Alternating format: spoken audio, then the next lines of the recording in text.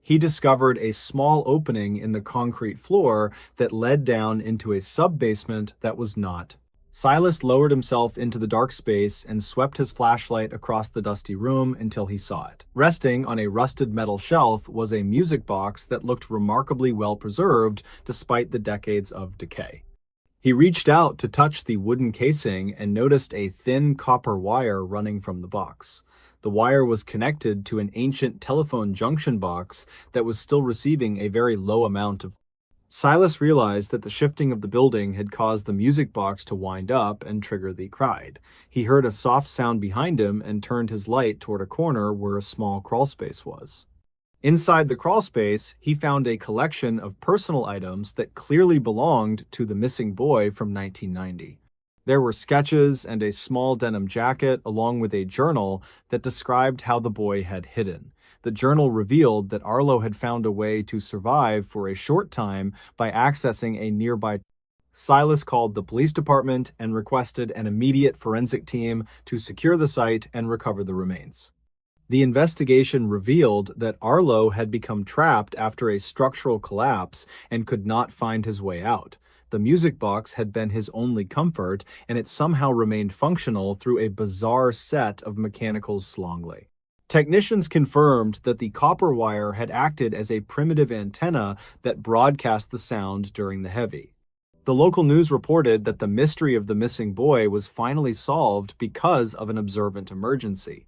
Silas returned to his job at the communications center, but he never looked at the console in the same. He often wondered how many other voices were trapped in the old wires of the city waiting for someone. The music box was eventually placed in a museum as a reminder of the strange events that occurred. That Victor apologized for doubting Silas and admitted that sometimes the technology we rely on does not capture the entire torn. The dispatcher felt a sense of peace, knowing that Arlo was no longer lost in the dark beneath the potty.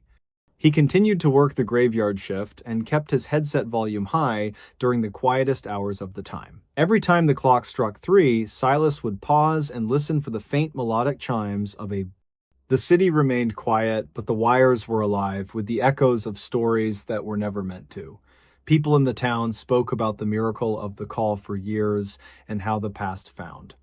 Silas stayed at his post and watched the lights of the city while the world slept through the winter. He knew that some things could not be explained by science or digital recordings, but only by the human.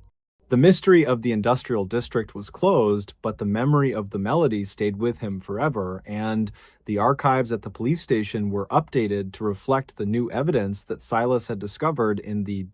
He visited the grave of Arlo Finch and left a small flower to honor the boy who was lost.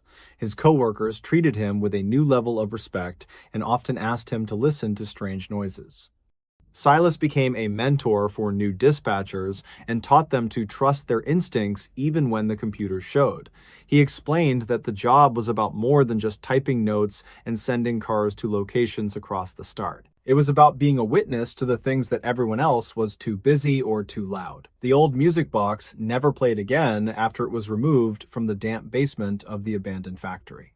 Technicians said the gears had finally rusted through once they were exposed to the fresh air of today. Silas Thorne retired from the dispatch center 20 years after the night he heard the music on the silent. He moved to a small house near the coast where the only sounds were the waves and the wind. Even in his old age, he could still hear the faint patterns in the world that others seemed. He wrote a book about his experiences and the importance of listening to the quietest whispers of our shared. The story of the dispatcher who heard the impossible became a legend in the world of emergency communications, and new recruits are still told the story during their first week of training at the academy to emphasize. They are told to keep their ears open for the sounds that do not appear on the glowing.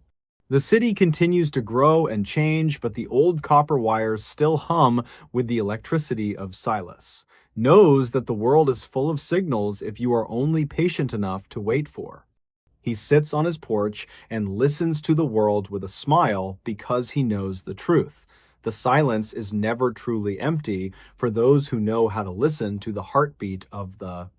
Silas Thorne lived a long and quiet life, knowing he had given a voice to a boy who The melody of the music box remains a part of the city, even if the physical gears have. Justice was finally served for the Finch family because a man in a headset refused to believe the line. The case remains one of the most unusual entries in the archived dispatch logs of the regional communication. Every year on November 12th, the dispatchers on the graveyard shift keep a moment of silence for Young. They look at the console and remember the man who heard a sound that no one else could. Silas once told a journalist that the most important part of his job was hearing what was not.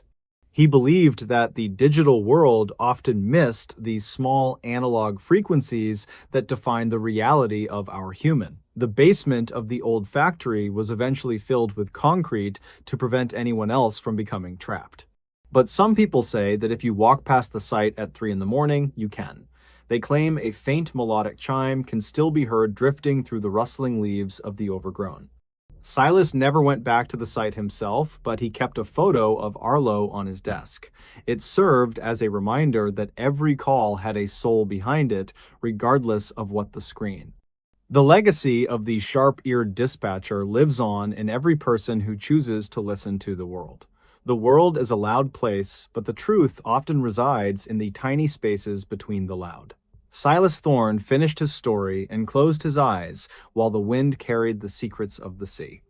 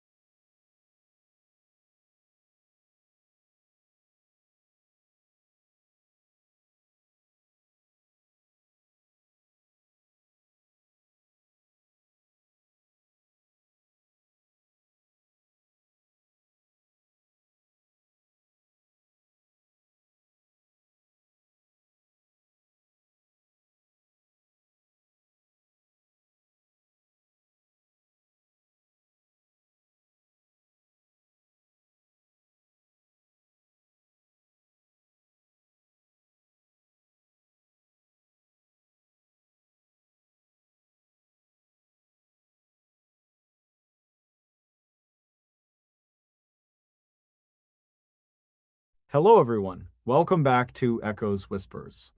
I know a lot of you like to listen to these videos while you're winding down or falling asleep, so before you drift off, take a moment to drop a comment and let me know where you're listening from around the world. If you're enjoying the episodes, don't forget to like and subscribe. Now get comfortable, relax, and let's begin. What police discovered behind this locked storage door? The relentless summer sun beat down on the cracked asphalt of the storage facility lot in Central California. Tobias Vance wiped a bead of sweat from his forehead and adjusted the brim of his faded blue cap. He had worked as the site manager at Secure Keep Storage for nearly 6 years without seeing much excitement. The job mostly consisted of chasing late payments and sweeping dust from the long concrete hallways. Today was supposed to be a standard Tuesday dedicated to auditing the overdue units on the Western Row. Tobias grabbed his heavy ring of keys and a thick clipboard from the hook behind the front desk. He poured a cup of lukewarm coffee into his travel mug and headed out toward the loading bay.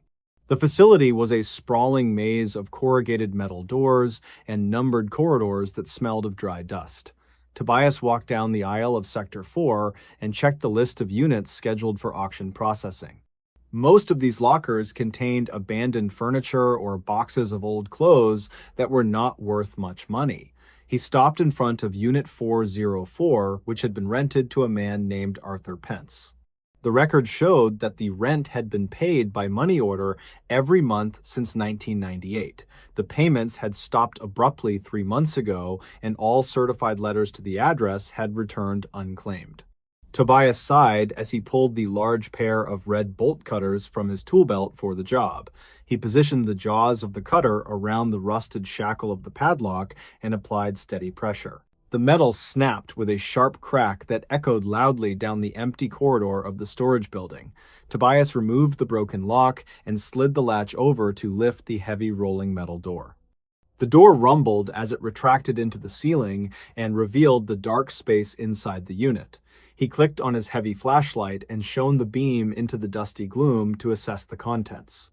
The unit appeared to be filled with stacks of cardboard boxes and old, mismatched wooden furniture pieces. A layer of gray dust coated everything and suggested that no one had entered in a very long time. Tobias stepped inside and began his standard inventory process to determine if the contents were worth a public auction. He opened the first box and found it filled with yellowed newspapers from the late 1990s. The next box contained kitchenware that looked like it had been packed away in a hurried panic. He moved a heavy oak wardrobe to the side to check the back corner of the storage unit. His flashlight beam hit the back wall, and he noticed something strange about the spacing of the panels. The unit should have been 20 feet deep, but the back wall seemed to be 5 feet closer. He tapped on the white metal wall, and it produced a hollow sound that was different from the others. Tobias looked closer at the seam where the wall met the floor and saw a faint scratch mark. He gripped the edge of the metal panel and pulled it hard to see if it would move. The panel slid to the left on a hidden track and revealed a heavy steel door behind it. This inner door was reinforced and fitted with a modern electronic keypad that looked very expensive and new. Tobias stared at the door and felt a cold chill run down his spine despite the heat. This was not a standard setup, and it was certainly not authorized by the facility, ownership, or management. He retreated from the unit and immediately pulled his cell phone from his pocket to call the local police. The dispatcher listened to his description of the hidden room and promised to send a patrol unit over. Tobias stood outside the unit and waited nervously while he watched the entrance for the police cruiser to arrive. Officer Mara Holloway pulled up 10 minutes later and stepped out of her vehicle with a serious expression. She walked over to Tobias and he explained the situation while pointing toward the open door of the unit.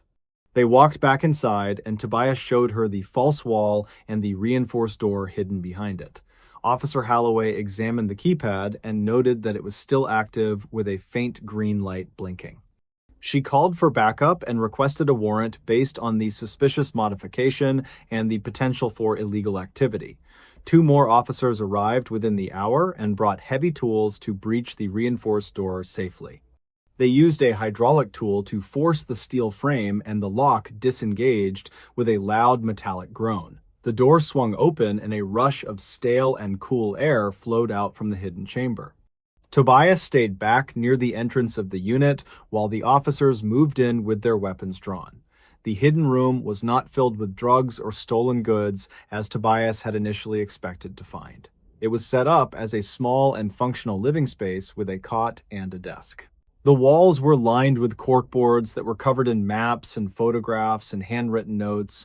Officer Holloway holstered her weapon and signaled that the area was clear for them to examine the evidence. Tobias stepped forward cautiously and looked at the strange collection of items that filled the cramped secret room. The desk was cluttered with radio equipment and a stack of notebooks that were filled with dense writing.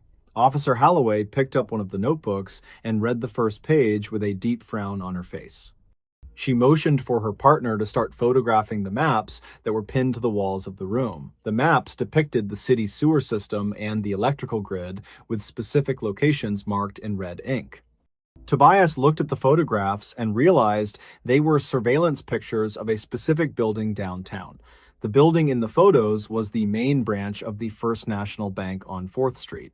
The photos showed the bank from various angles and at different times of the day and night. The notes on the board detailed the shift changes of the security guards and the armored truck schedules. It became clear that the tenant of this unit had been planning a massive robbery for decades. Officer Holloway moved to a metal shelving unit in the corner and found a row of videotapes. The labels on the tapes had dates that went back to the year 2001. She checked the equipment on the desk and found a scanner that was tuned to the police frequency. The tenant had been monitoring law enforcement communications from this soundproof room for a very long time. Tobias noticed a small cooler in the corner of the room and pointed it out to the officers. Officer Holloway put on a pair of latex gloves and carefully opened the lid of the plastic cooler. Inside, she found several stacks of cash that were wrapped in plastic bands and clearly marked. The bands bore the stamp of a bank that had been robbed in 2005. That robbery had been a high-profile case where the thief had vanished without a trace. The police had never identified a suspect, and the case had gone cold after a few years. It appeared that the thief had been living right here in the storage unit the entire time. The officers began to search the rest of the room for any sign of the tenant himself. They found a sleeping bag rolled up on the cot and a pile of canned food nearby. There was also a calendar on the wall that had been marked off until 3 months ago. The last marked date coincided with the time that the rent payments had stopped coming to the office. Officer Holloway looked under the cot and found a small metal box that was locked with a key. She used a small pry bar to pop the lid of the box open on the desk. Inside the box was a driver license and a set of old keys and a wedding ring. The license belonged to a man named Gerald Finch, who had been reported missing in 1999. Finch had been a security consultant for the very bank that had been robbed in 2005. The pieces of the puzzle began to click together for the officers standing in the small room. Finch had staged his own disappearance and then used his inside knowledge to rob the bank later. He had lived in this hidden room to avoid detection and spend his stolen money very slowly. Tobias felt a wave of shock as he realized he had walked past this unit for years. He had likely passed Gerald Finch in the hallway without ever knowing who the man really was. The officers continued to catalog the evidence and found a journal that explained the final days. The last entry in the journal described severe chest pains and a fear of going to a hospital. Finch had written that he knew his time was running out and he had nowhere to go. He had apparently died somewhere else or managed to leave the facility before collapsing in the street. Officer Holloway called dispatch to check the records of unidentified bodies found in the last 3 months. There was a report of a John Doe who had died of a heart attack at a bus stop. The description of the deceased man matched the photo on the driver license found in the box. The mystery of the missing security consultant and the bank robbery was finally solved in this room. Tobias watched as the police evidence team arrived to bag the cash and the surveillance tapes. The facility owner arrived shortly after and spoke with the police about the unauthorized construction of the room. He was just as shocked as Tobias to learn that a fugitive had been living within the walls. The story of the discovery spread quickly through the small town and made the local evening news. Reporters camped out in front of the storage facility for days, hoping to get a glimpse inside. Tobias gave a statement to the police, but refused to speak to the news cameras on the scene. He just wanted to get back to his normal routine of managing the quiet storage facility. The investigation revealed that Finch had used a fake identity to rent the unit and buy supplies. He had installed the false wall himself at night when the facility was closed and empty. The power for the room had been siphoned from the main line that ran through the ceiling. The ventilation system had been tied into the existing ducts to keep the air fresh inside. It was a brilliant and desperate setup that had allowed him to hide in plain sight. The police estimated that he had lived there for nearly 20 years without raising any suspicion. Tobias thought about the countless times he had walked down that hallway and heard nothing at all. The insulation in the false wall was incredibly thick and blocked any sound from the inside. Finch had lived a ghost life surrounded by his stolen wealth, but unable to truly enjoy it. The tragic nature of the situation lingered in the mind of Tobias long after the police left. The unit was eventually cleared out and the false wall was torn down by a construction crew. The space was returned to its original size and rented out to a new tenant the next month. But Tobias never looked at Unit 404 the same way again after that day. He always paused for a second when he walked past it during his daily facility inspections. He wondered if there were other secrets hidden behind the thousands of locked doors in the facility. The experience taught him that you never really know what is happening in the spaces around you. It was a sobering reminder that everyone has a story and some people go to great lengths to hide. The discovery of the hidden room became a local legend that people whispered about for years. The bank eventually recovered a portion of the stolen money, but much of it had been spent. The rest of the cash was returned to the insurance company that had covered the loss years ago. The case of Gerald Finch was officially closed by the police department thanks to the discovery by Tobias. He received a small reward from the bank for his role in recovering the stolen funds. Tobias used the money to take a long vacation and stepped away from the storage business for a while. He needed some time to clear his head and forget about the man in the wall. When he returned to work, he was more diligent than ever about checking the units and the records. He made sure to inspect the walls and the dimensions of every empty unit he cleaned. He never found another hidden room or a secret fugitive living in the facility again. But the memory of that hot Tuesday afternoon stayed with him for the rest of his life. It was the day that a simple bolt cutter revealed a secret that had been buried for decades. The mundane world of storage units had proven to be far more mysterious than he imagined. Tobias often told the story to new employees as a warning to always be observant. He wanted them to understand that their job was not just about sweeping floors and cutting locks. It was about maintaining the security and the integrity of the place where people kept their lives. The storage facility was a repository of memories, and sometimes those memories were dark and dangerous. The legacy of Arthur Pence or Gerald Finch remained a part of the facility history forever. It was a strange footnote in the quiet life of Tobias Vance and the town of Modesto. The police kept the surveillance logs as evidence for training on how patient criminals could be. The level of detail in the planning was disturbing to the detectives who analyzed the notebooks. Finch had known the names of every bank employee and their daily habits and schedules. He had watched them from the shadows and planned his crime with mathematical precision. It was chilling to think that he had been watching the town for so long undetected. The false wall had been his shield against the world and his prison at the same time. Tobias sometimes wondered if Finch had regretted his choices in those final lonely days in the dark. The journal entries suggested a deep sadness and a longing for a normal life he lost. He had traded his freedom for a pile of cash that he could not openly spend. It was a cautionary tale about greed and the high price of living a lie. The hidden room was a testament to the wasted potential of a brilliant but misguided man. Tobias felt a strange pity for the man who had died alone with his secrets. The storage facility eventually changed ownership and was renovated with new security cameras and gates. The old corridors were painted and the lighting was improved to eliminate the dark corners. But the story of Unit 404 was passed down to the new management team.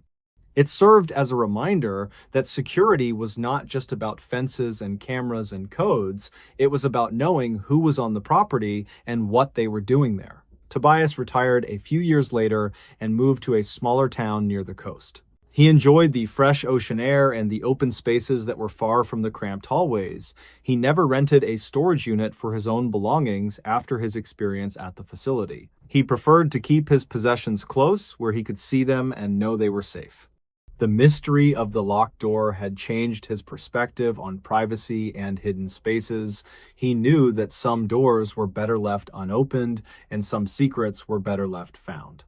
But he was proud that he had done his job and brought the truth to light. The case of the hidden room remains one of the strangest events in the history of the town.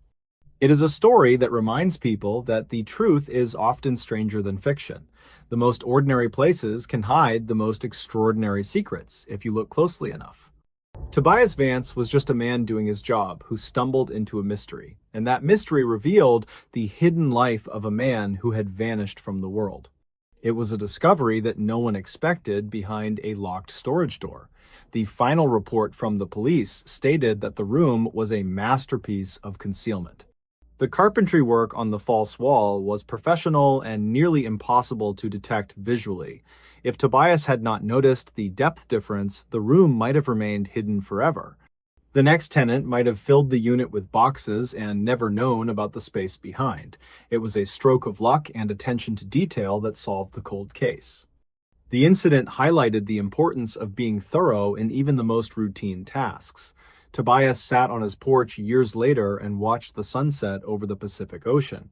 He thought about the dust and the silence of the storage facility he had left behind. He was glad to be out in the open air where nothing was hidden from view. The world was full of secrets, but he was done uncovering them for a while. He took a sip of his tea and let the memory of the hidden room fade. It was just a story now, and he was happy to let it be just that.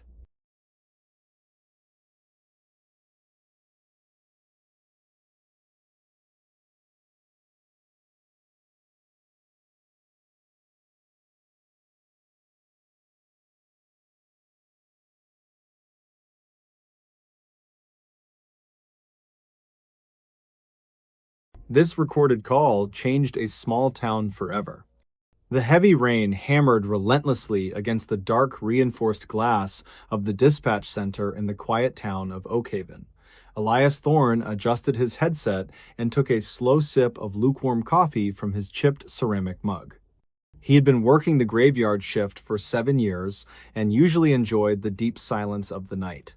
The town was nestled in the Pacific Northwest and was surrounded by miles of dense and ancient pine forests.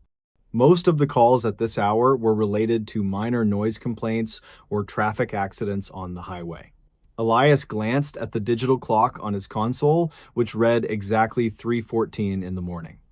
He leaned back in his ergonomic chair and watched the heavy rain streak down the windows like running tears. The silence of the room was suddenly shattered by the sharp and rhythmic ringing of the emergency line.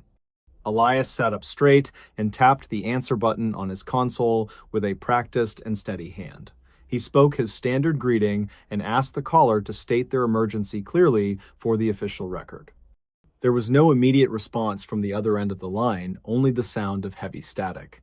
Elias repeated his question and pressed the volume up button to hear the background noise more clearly.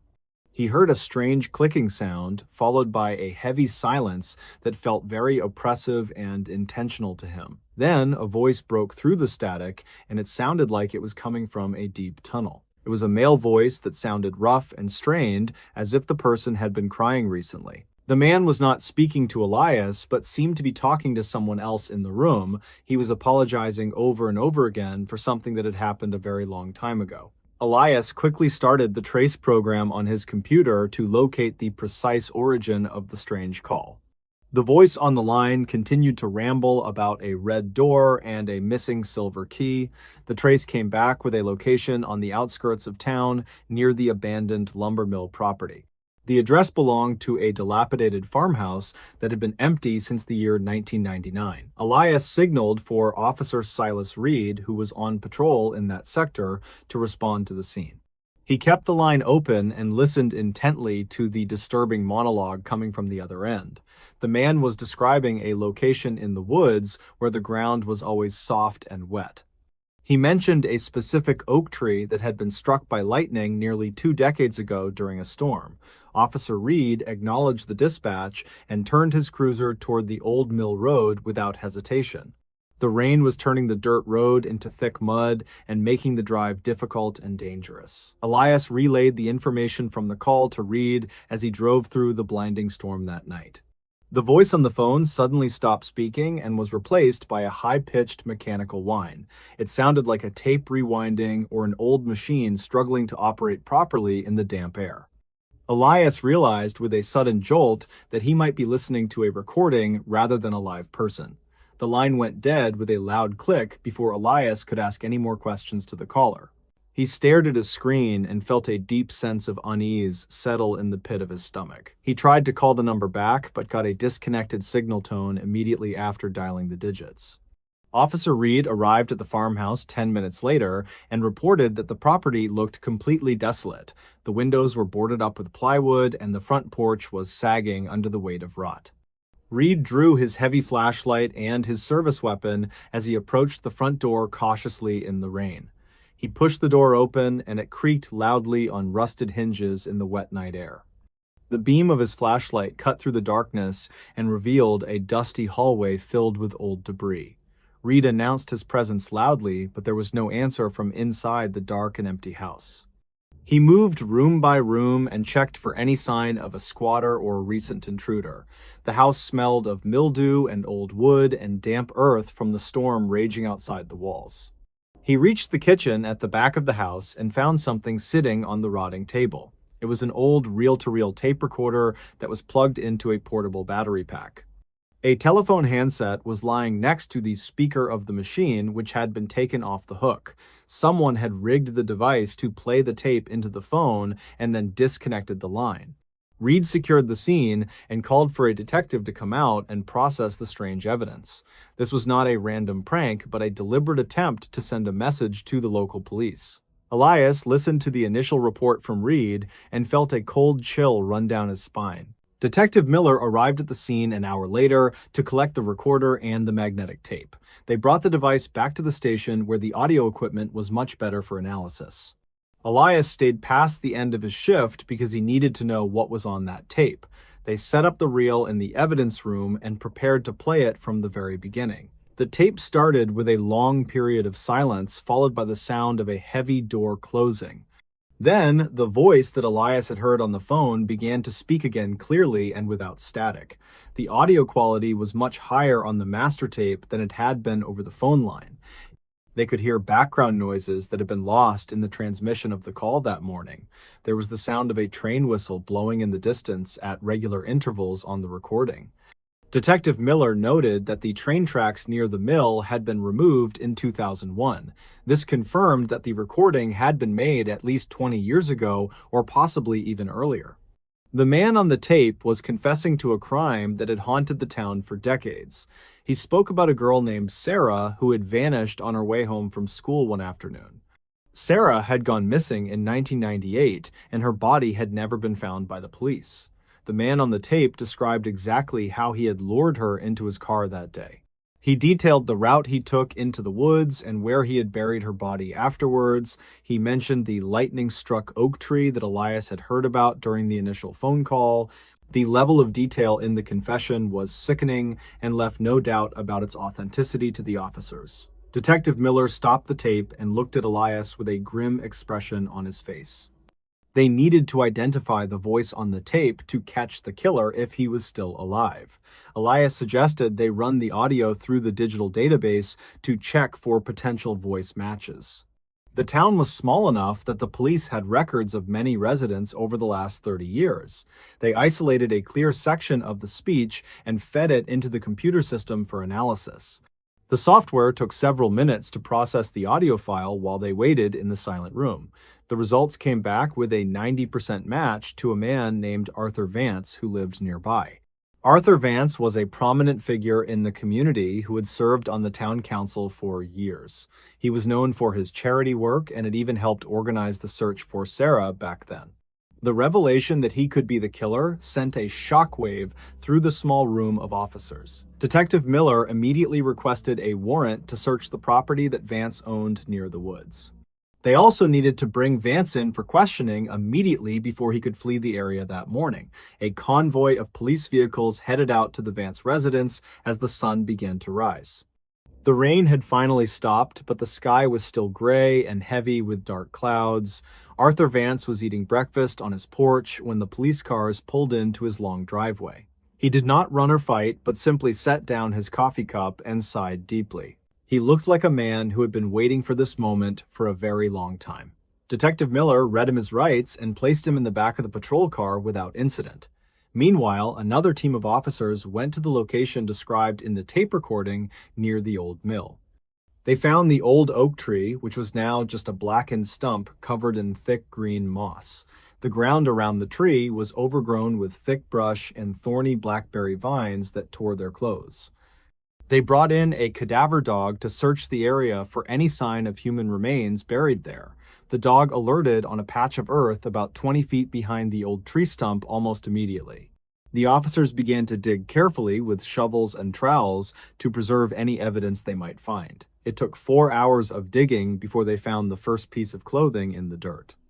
It was a tattered blue backpack that matched the description of the one Sarah had carried that day. A few moments later, they uncovered skeletal remains wrapped in a heavy plastic tarp that was preserved. The forensic team moved in to document the scene and recover the body for proper identification. Elias watched the news footage from the station and felt a heavy sadness for the family of the girl. The mystery of what happened to Sarah had finally been solved after all these years of wondering. The interrogation of Arthur Vance revealed the strange truth about the phone call that came in that night. Vance had not made the call himself, nor had he set up the tape player in the farmhouse. He claimed that he had kept the tape in a safe deposit box as a twisted memento. He had recently stopped paying for the box, and the contents were sent to his estranged son. His son had listened to the tape and recognized the voice of his father immediately and with horror.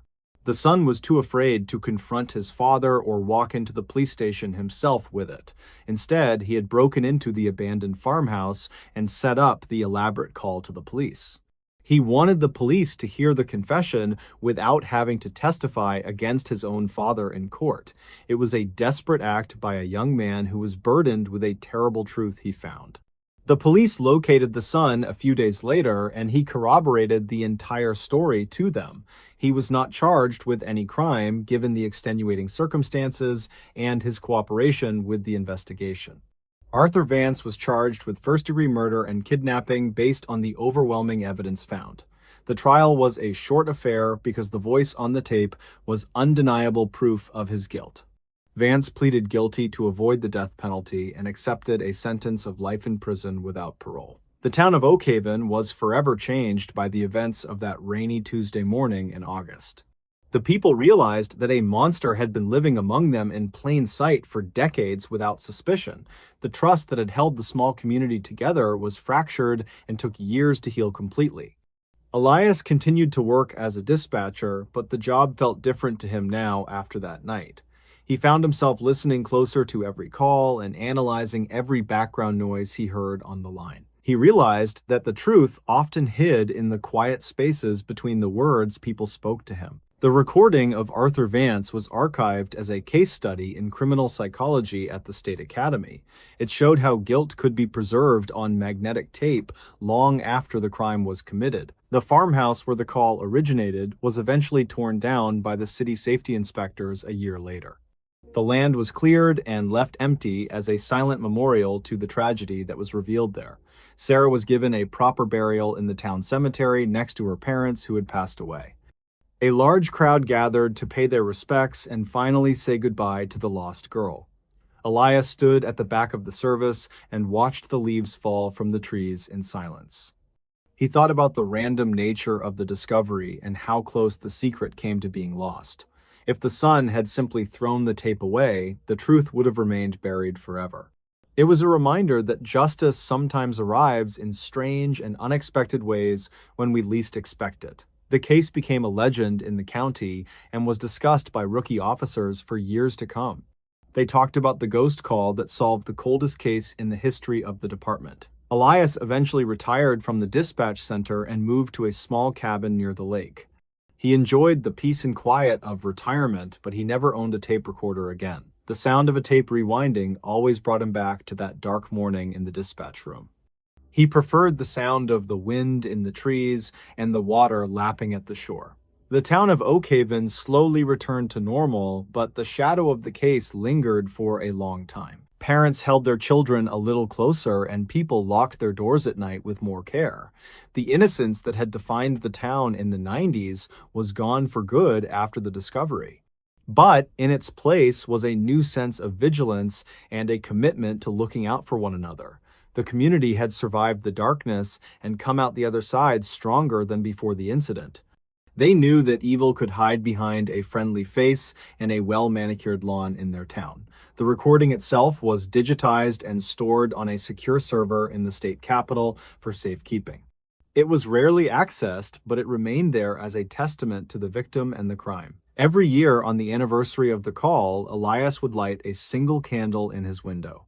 It was his small way of remembering the voice that had come through the static that night. He hoped that somewhere Sarah was at peace now that the truth was known to the world. The rain continued to fall on Oakhaven just as it had on that fateful night so long ago. But now the rain felt different to Elias, like it was washing away the stains of the past. He sat on his porch and watched the storm clouds roll over the mountains in the distance. The world was full of secrets, and he was glad that he was done uncovering them for now. He took a sip of his tea and let the memory of the red door fade away. The phone in his cabin rang once, and he let it go to voicemail without moving. He knew it was just a telemarketer or a wrong number, but he did not want to check. Some calls were better left unanswered, and some voices were better left unheard in the dark. The story of the recorded call was just one chapter in the long history of the town, but it was the chapter that everyone remembered and the one that changed everything for the people there. It proved that the past is never truly gone and that it can call out when you least expect. Elias Thorne had found a voice that had echoed through time to bring justice to the forgotten. The investigation into Arthur Vance also uncovered other crimes of embezzlement from the town funds over the years. He had been stealing money for years to pay for his silence and his comfort in life. The betrayal of the public trust was total and absolute in every aspect of his life in Oakhaven. The council implemented new oversight rules to ensure that no one person held that much power again. It was a painful lesson in governance and the importance of checks and balances for the small town. The legacy of Vance was one of shame and deceit that would last for generations to come. Elias often wondered about the son and where he had gone after the trial ended that year. Rumors said he had changed his name and moved to the East Coast to start over completely. It was probably the best thing for him to escape the shadow of his father's name and crimes. Elias hoped the young man found some peace and a life free from the burden of the secret.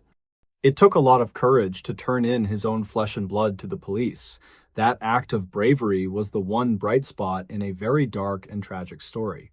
The dispatch center was upgraded with new technology a few years after Elias left the job. The old analog systems were replaced with digital tracking and high-speed connections for better response times. But the veteran dispatchers still told the story of the call to the new hires during training. They used it as an example of why you never dismiss a call, no matter how strange it sounds. You never know when a simple hang-up or a static-filled line could be the key to a case. It was the most important lesson that a dispatcher could ever learn on the job in Oakhaven. The old mill where the search had started was eventually turned into a public park for the town. The trails were paved and the dangerous machinery was removed for safety reasons to protect the children. Families walked their dogs and had picnics in the shadow of the old industrial buildings on weekends. It was a nice transformation that brought life back to a place that had been dead for years. But deep in the woods behind the park, the stump of the oak tree remained undisturbed. It was left alone as a solemn marker of the history of the land and the tragedy. Nature slowly reclaimed the site and covered the scars in the earth with green growth and flowers. The blackberry vines grew back thicker than before and hid the ground from view once again. But the people of Oakhaven knew what had happened there, and they respected the space and the memory. It was a part of their collective memory that would not be erased by time or weather. The story of the recorded call passed into the folklore of the region as a warning to all. It was a story about technology and conscience and the inevitable nature of truth coming to light. Elias sat by his fireplace and watched the flames dance on the logs in the hearth that night. He felt a deep sense of satisfaction knowing that he had done his part to help the town. He had been the one to answer the phone and the one to listen when no one else would. It was a small role in the grand scheme of things, but it was a vital one. He closed his eyes and listened to the crackle of the fire and the rain on the roof. The silence of the night was no longer oppressive, but comforting and full of peace for him. He knew that the town was safe for now, and that was enough for him to sleep soundly. The darkness had receded, and the light had returned to Oakhaven at last after the long storm. The phone on the table remained silent, and Elias smiled to himself in the warm glow of the fire. He was finally truly off the clock, and he intended to stay that way for the rest of his life. The call that changed the town had also changed him in ways he was just beginning to understand, and as he drifted off to sleep, he knew that he would never forget the voice on the tape. The confession of a guilty man had set a town free from its past and brought justice home. It was a strange irony that a recording of a crime became the instrument of justice in the end. But life was full of strange turns, and Elias had seen more than his fair share of them. He slept soundly that night without any dreams of red doors or missing keys or static. The morning sun would rise on a town that was a little wiser and a little sadder than before. But it was a town that was finally honest with itself, and that was a good thing for everyone.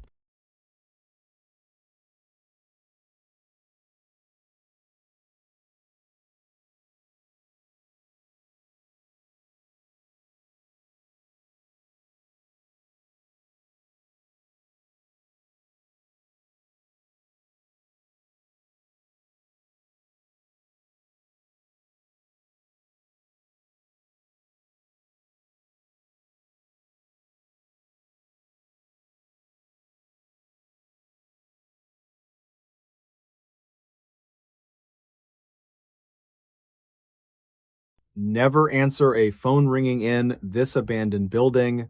The heavy iron gates of the Blackwood textile mill shrieked loudly as Silas Cade pushed them open that morning. He had driven for 2 hours through the dense fog of the Pacific Northwest to reach the remote site.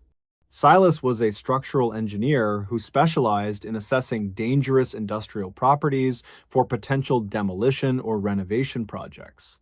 The mill had been the economic heart of the small town of Oakhaven until it closed in 1998. It had sat abandoned and rotting in the damp climate for over 2 decades before the city council intervened. They wanted to tear the dangerous structure down and replace it with a new community park and nature trail. Silas grabbed his heavy flashlight and his tablet from the passenger seat of his muddy pickup truck. The air was thick with the smell of wet pine needles and the metallic tang of rusting machinery. He zipped up his thick canvas jacket against the biting wind and walked toward the main entrance. The massive brick building loomed over him like a dark fortress with shattered windows that looked like jagged teeth. He stepped through the missing front doors and crunched over a layer of broken glass and peeling paint chips. The interior was cavernous and silent, except for the steady drip of water falling from the leaking roof above. Silas clicked on his powerful flashlight and swept the beam across the vast expanse of the main production floor. Massive looms and weaving machines still sat in rows like dormant metal beasts, waiting for workers who would never return. He began his inspection by checking the load-bearing columns near the entrance for signs of critical failure. Silas moved methodically through the ground floor and took photos of the water damage and the crumbling brick walls. He made notes on his tablet about the hazardous materials that would need to be removed before demolition could begin. The atmosphere in the mill was oppressive and heavy, as if the building itself was watching him work. He reached the back of the production floor and found the stairwell that led up to the administrative offices. The stairs were made of steel and seemed stable enough to support his weight as he climbed upward. He reached the second-floor landing and found himself in a long hallway lined with frosted glass doors. This area had been the domain of the managers and the payroll clerks who ran the business side of the mill. Silas pushed open the first door on his left and found an office filled with overturned filing cabinets. Papers from the late 1990s were scattered across the floor and covered in a thick layer of gray dust. He walked down the hall and checked each room to ensure there were no squatters or animals living inside. The silence of the building was suddenly broken by a sound that made Silas freeze in his tracks instantly. It was the sharp and mechanical ring of a telephone echoing from one of the offices at the end of the hall. He stood perfectly still and listened as the phone rang again with a loud and insistent trill. His mind raced to find a logical explanation for a working phone in a building abandoned for 20 years. The power had been cut decades ago, and the landlines should have been dead long before that day. Curiosity overcame his initial fear, and he moved slowly toward the source of the strange ringing sound. He reached the last door on the right, which had a clouded glass panel with the word Director stenciled on it. The ringing was coming from inside this office, and it seemed to get louder as he reached for the knob. Silas pushed the door open and shone his light onto a large mahogany desk that sat in the center. A heavy black rotary telephone was sitting on the dusty blotter and vibrating with each mechanical ring. He stared at the device in disbelief as it continued to demand his attention in the empty room. Silas walked around the desk and hesitated for a moment before he reached out to lift the receiver. He held the cold plastic against his ear and said hello in a voice that shook slightly. There was a moment of static on the line, followed by the sound of heavy and ragged breathing. A voice whispered on the other end, and it sounded like a young woman who was terrified and crying. She said that she was trapped in the drawing room and she could hear him walking outside the door. Silas asked who she was and told her that he was a structural engineer inspecting the building alone. The woman did not seem to hear him and continued to beg for help in a frantic whisper. She said that the man who took her had locked the heavy metal door and left her in the dark. She mentioned that the air was getting thin and she was so cold that she could not feel her fingers. Silas felt a surge of adrenaline and told her to stay on the line while he came to find her. He dropped the receiver onto the desk and ran out of the office and back toward the stairwell. He knew from the floor plans that the drying rooms were located in the basement level of the facility. He bounded down the steel stairs, taking them two at a time and risking a serious fall in his haste. The voice on the phone had sounded so real and immediate that he did not question the logic. He reached the ground floor and sprinted across the production floor toward the heavy freight elevator in the corner. The elevator was obviously broken, so he found these service stairs that led down into the darkness of the basement. The air grew colder and smelled of mold and stagnant water as he descended into the bowels of the mill. He reached the bottom and found himself in a maze of concrete corridors that were lined with rusted pipes. He shouted hello, but his voice just echoed off the damp walls and faded into the silence. Silas checked his tablet for the location of the drying rooms and saw they were in the east wing. He ran down the corridor and swept his light from side to side, looking for the heavy metal doors. He finally found a row of industrial steel doors that were used to seal the fabric drying chambers. Most of the doors were hanging open or missing entirely, but one door at the end was shut tight. He ran to the closed door and pounded on the metal surface with his fist while shouting for the woman. There was no answer from inside the chamber, and the heavy iron latch was rusted into the locked position. Silas looked around for something to use as a pry bar and found a length of steel pipe nearby. He jammed the pipe into the mechanism of the latch and pulled with all his strength to break the seal. The rust gave way with a loud screech, and the latch popped up, allowing the door to swing open. Silas shone his light into the small windowless room and prepared himself to help the trapped woman inside. But the room was completely empty except for a pile of old rags in the far corner of the floor. There was no young woman and no sign that anyone had been in the room for many years. Silas stepped inside and walked over to the pile of rags to inspect them more closely in the light. He realized with a jolt of horror that the rags were actually a decayed backpack and a blue jacket. Underneath the clothing, he saw the unmistakable shape of human skeletal remains curled into a fetal position. He stumbled back from the gruesome discovery and covered his mouth to suppress a wave of nausea. This was not a rescue mission anymore, but the discovery of a crime scene that was decades old. Silas retreated from the basement and ran back up the stairs to the ground floor where he had cell service. He called the county sheriff and reported that he had found human remains in the basement of the mill. He waited outside by his truck in the rain and tried to process the impossible events of the last hour. Sheriff Miller arrived 20 minutes later with 2 deputies and a team of paramedics who were not needed. Silas led them down to the basement and showed them the drying room and the remains on the floor. The sheriff secured the scene and called for the coroner and the state forensic team to come out. They spent the rest of the day processing the scene and collecting evidence from the damp concrete room. Silas gave his statement to the sheriff and explained exactly how he had found the location of the body. He told them about the ringing phone and the terrifying conversation he had with the woman on the line. Sheriff Miller looked at him with a skeptical expression but wrote down every detail in his notebook. The sheriff asked Silas to show him the office where he had answered the phone call earlier that morning. They walked up to the second floor and entered the director's office, which was still undisturbed. The black rotary phone was sitting on the desk with the receiver lying on the blotter where Silas left it. Sheriff Miller walked behind the desk and followed the cord of the phone down to the floor. He picked up the end of the cord and showed Silas that it was severed and frayed at the tip. The wire had been cut or chewed through by rats years ago and was not connected to any wall jack. There was absolutely no way that the phone could have rung or received a call without power or connection. Silas stared at the severed cord and felt a cold sweat break out on his forehead.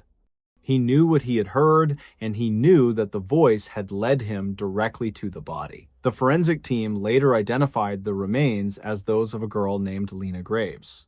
Lena had gone missing in 1999 on her way home from the local high school. She had been 16 years old, and her disappearance had been the biggest unsolved mystery in the town history. The police found a student ID card in the backpack that confirmed her identity beyond any doubt. The discovery of her body reignited the investigation and brought new leads to the cold case detectives. They found DNA evidence on the zipper of the jacket that did not belong to the victim. The technology had improved vastly since 1999, and they were able to run a familial search. The DNA led them to a man named Gordon Black, who had worked as a shift supervisor at the mill. Black was still living in the area and was now a retired grandfather who thought he had gotten away with murder. The police arrested Black and confronted him with the DNA evidence found on the clothing of the victim. He eventually confessed that he had abducted Lena and brought her to the mill, which was closed at the time. He admitted that he had locked her in the drying room to keep her hidden while he went to move his car. He claimed that he lost the key to the room in the dark and panicked when he could not open it. He had fled the scene and left her trapped in the soundproof chamber to die alone in the dark. The confession matched the details that Silas had heard on the impossible phone call that morning. The girl had said she was trapped and that the man had locked the door and left her there. Silas realized that he had heard the final moments of Lena Graves playing out across time. It was a phenomenon that defied all scientific explanation, but the result was undeniable justice. Gordon Black was charged with kidnapping and first-degree murder and was sentenced to life in prison. The town of Oak Haven was finally able to put the mystery of the missing girl to rest. Lena was given a proper burial next to her parents who had died without ever knowing the truth. Silas Cade finished his inspection of the mill a week later, but he refused to work alone. He brought a partner with him, and they stayed in radio contact constantly while they were inside. He never went back into the director's office, and he never touched another phone in an abandoned building. The mill was eventually demolished as planned, and the new park was named in memory of Lena Graves. The dark brick fortress that had loomed over the town was replaced by green grass and walking paths. But Silas never visited the park even after it was completed and open to the public. He could not shake the memory of the voice on the phone and the fear in her tone. He often wondered why he was the one chosen to receive that message after so many years. Perhaps it was simply because he was the first person to walk down that hallway in a long time. Or maybe the energy of the tragic event had been waiting for someone who would listen and act. The story of the phone call became a local legend that was whispered around campfires in Oakhaven. Most people dismissed it as a ghost story or a fabrication to make the discovery more dramatic. But the police report contained the official statement from Silas about the call that led to the body. And the sheriff could never explain how Silas knew exactly which door in the basement to open. There were dozens of drying rooms in the facility, and searching them all would have taken days. Silas had walked straight to the correct door because the voice had told him where she was. It was a chilling reminder that the truth has a way of surfacing no matter how deep it is buried. The severed phone cord was placed in the evidence locker along with the other items from the case. It sat in a plastic bag as a silent testament to the impossible connection that solved the crime. Silas eventually moved away from the Pacific Northwest and took a job in a sunny southern state. He wanted to be far away from the dark forests and the rain and the old industrial ruins, but he found that he could not escape the memory of that day no matter where he went. Every time a phone rang in a quiet room, he would flinch and feel a spike of anxiety. He started keeping his cell phone on silent mode permanently to avoid the sudden, jarring sound of a ring. The experience had changed his view of the world and the boundaries of what was possible. He knew that there were things in this life that could not be measured by engineering or science. The mill was gone, but the echo of the tragedy remained in his mind forever. He often thought about Lena and hoped that she had finally found peace after being found. The justice system had worked, but it was 20 years too late to save her life. Silas took some comfort in knowing that her killer was behind bars and could not hurt anyone else. But the guilt of not being able to do more weighed on him even though it was irrational. He was just a man who answered a call that should not have been possible. And that call had changed the course of justice for a small town that had lost hope. The case of the phantom call was studied by paranormal researchers who read about it in the papers.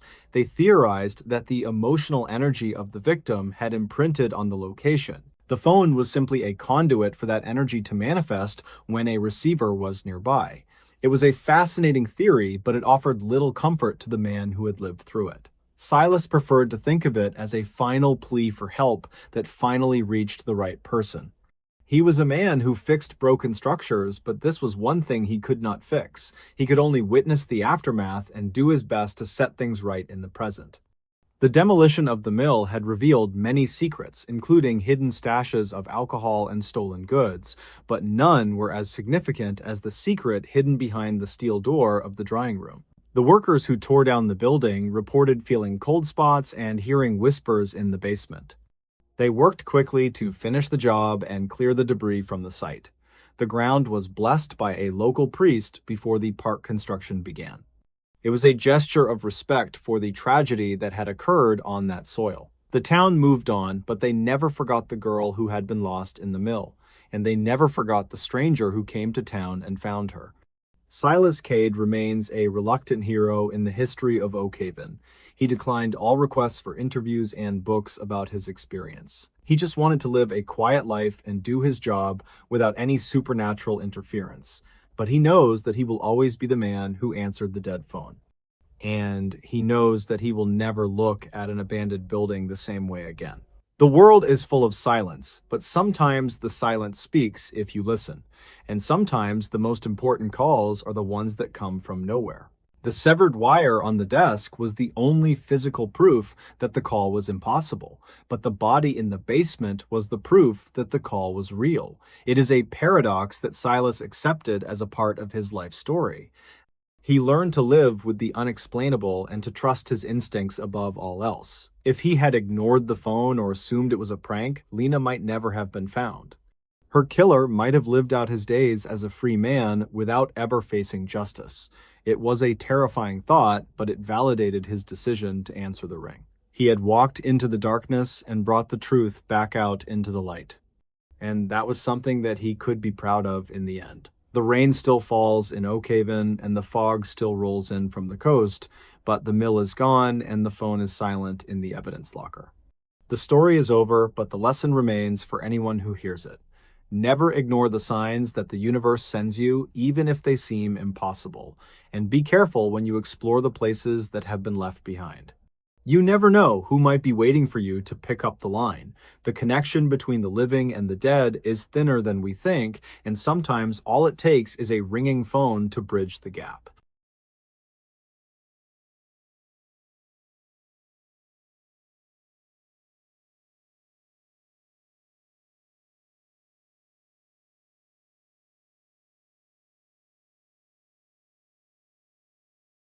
The final footage recovered from a rural highway. The digital clock on the dashboard flickered with a pale green light that read 3 in the morning. Victor Hale rubbed his tired eyes and adjusted his grip on the steering wheel of his sedan. He had been driving for nearly 12 hours straight across the desolate plains of western Nevada that night. Victor was a 24-year-old freelance photographer who was moving his life to the coast for work. He had packed everything he owned into the back of his silver Honda and hit the road solo. The only company he had for the long drive was the static of the radio and his dash cam. He had installed the camera just days before the trip at the insistence of his worried mother. She had read too many stories about accidents on these rural highways and wanted him to be safe. Victor thought she was being paranoid, but he agreed to run the camera to give her some peace. The device was suctioned to the glass and recorded a continuous loop of the dark road stretching ahead. The headlights cut through the pitch-black darkness and illuminated the dry brush and the occasional mile marker. The road he had chosen was State Route 50, which was often called the loneliest road in America. There were stretches of this highway where a driver could go hours without seeing another set of headlights. Victor had stopped for gas at a small station near the Utah border about 2 hours ago. The attendant had been a quiet man who stared at the packed car with a strange intensity. Victor had pumped his gas quickly and bought a bottle of water before getting back on the road. He shook off the memory of the strange man and focused on the white lines passing under his tires. The hypnotic rhythm of the road was making his eyelids heavy, and he knew he needed to stop soon. He spotted a gravel turnout ahead that looked wide enough for him to park and rest for a while. Victor slowed the car down and pulled off the pavement onto the crunching gravel of the shoulder. He put the car in park and left the engine running for a moment to let the heater work. The dash cam continued to record the view of the dark scrubland illuminated by the high beams of the car. Victor turned off the headlights to save the battery and plunged the world into sudden and total darkness. The camera switched to night vision mode and bathed the screen in a grainy green and black hue. Victor reclined his seat and locked the doors before closing his eyes to catch some much-needed sleep. The silence of the desert was absolute outside the thin metal shell of his packed vehicle. The video file that would later become crucial evidence showed nothing but the dark horizon for nearly an hour. The timestamp in the corner of the frame ticked by slowly as Victor slept peacefully in the driver's seat. Then, at 4:15 in the morning, the microphone picked up the sound of crunching gravel outside. It was a slow and rhythmic sound like heavy boots walking carefully toward the rear of the vehicle. The camera was facing forward, so the source of the noise was not visible in the frame yet. Victor shifted in his sleep and mumbled something unintelligible, but he did not wake up to the noise. The footsteps stopped near the trunk of the car and were replaced by a soft metallic clicking sound. It sounded like someone was trying the handle of the trunk to see if it was locked tight. The noise continued for several seconds before the footsteps resumed and moved along the passenger side of the car. A shadow passed briefly over the hood of the car and blocked out the stars for a second. The figure moved to the front of the vehicle and finally stepped into the field of view of the camera. It was a man wearing a dark hoodie with the hood pulled up to obscure his face completely. He stood directly in front of the car and stared through the windshield at the sleeping form of Victor. The night vision mode of the camera captured the reflection of eyes that looked cold and very calculated. The man stood there for a full minute without moving and just watched Victor sleep in the isolated car. He then reached into his pocket and pulled out a small object that looked like a jagged rock. The man stepped around to the driver's side door and out of the view of the camera lens.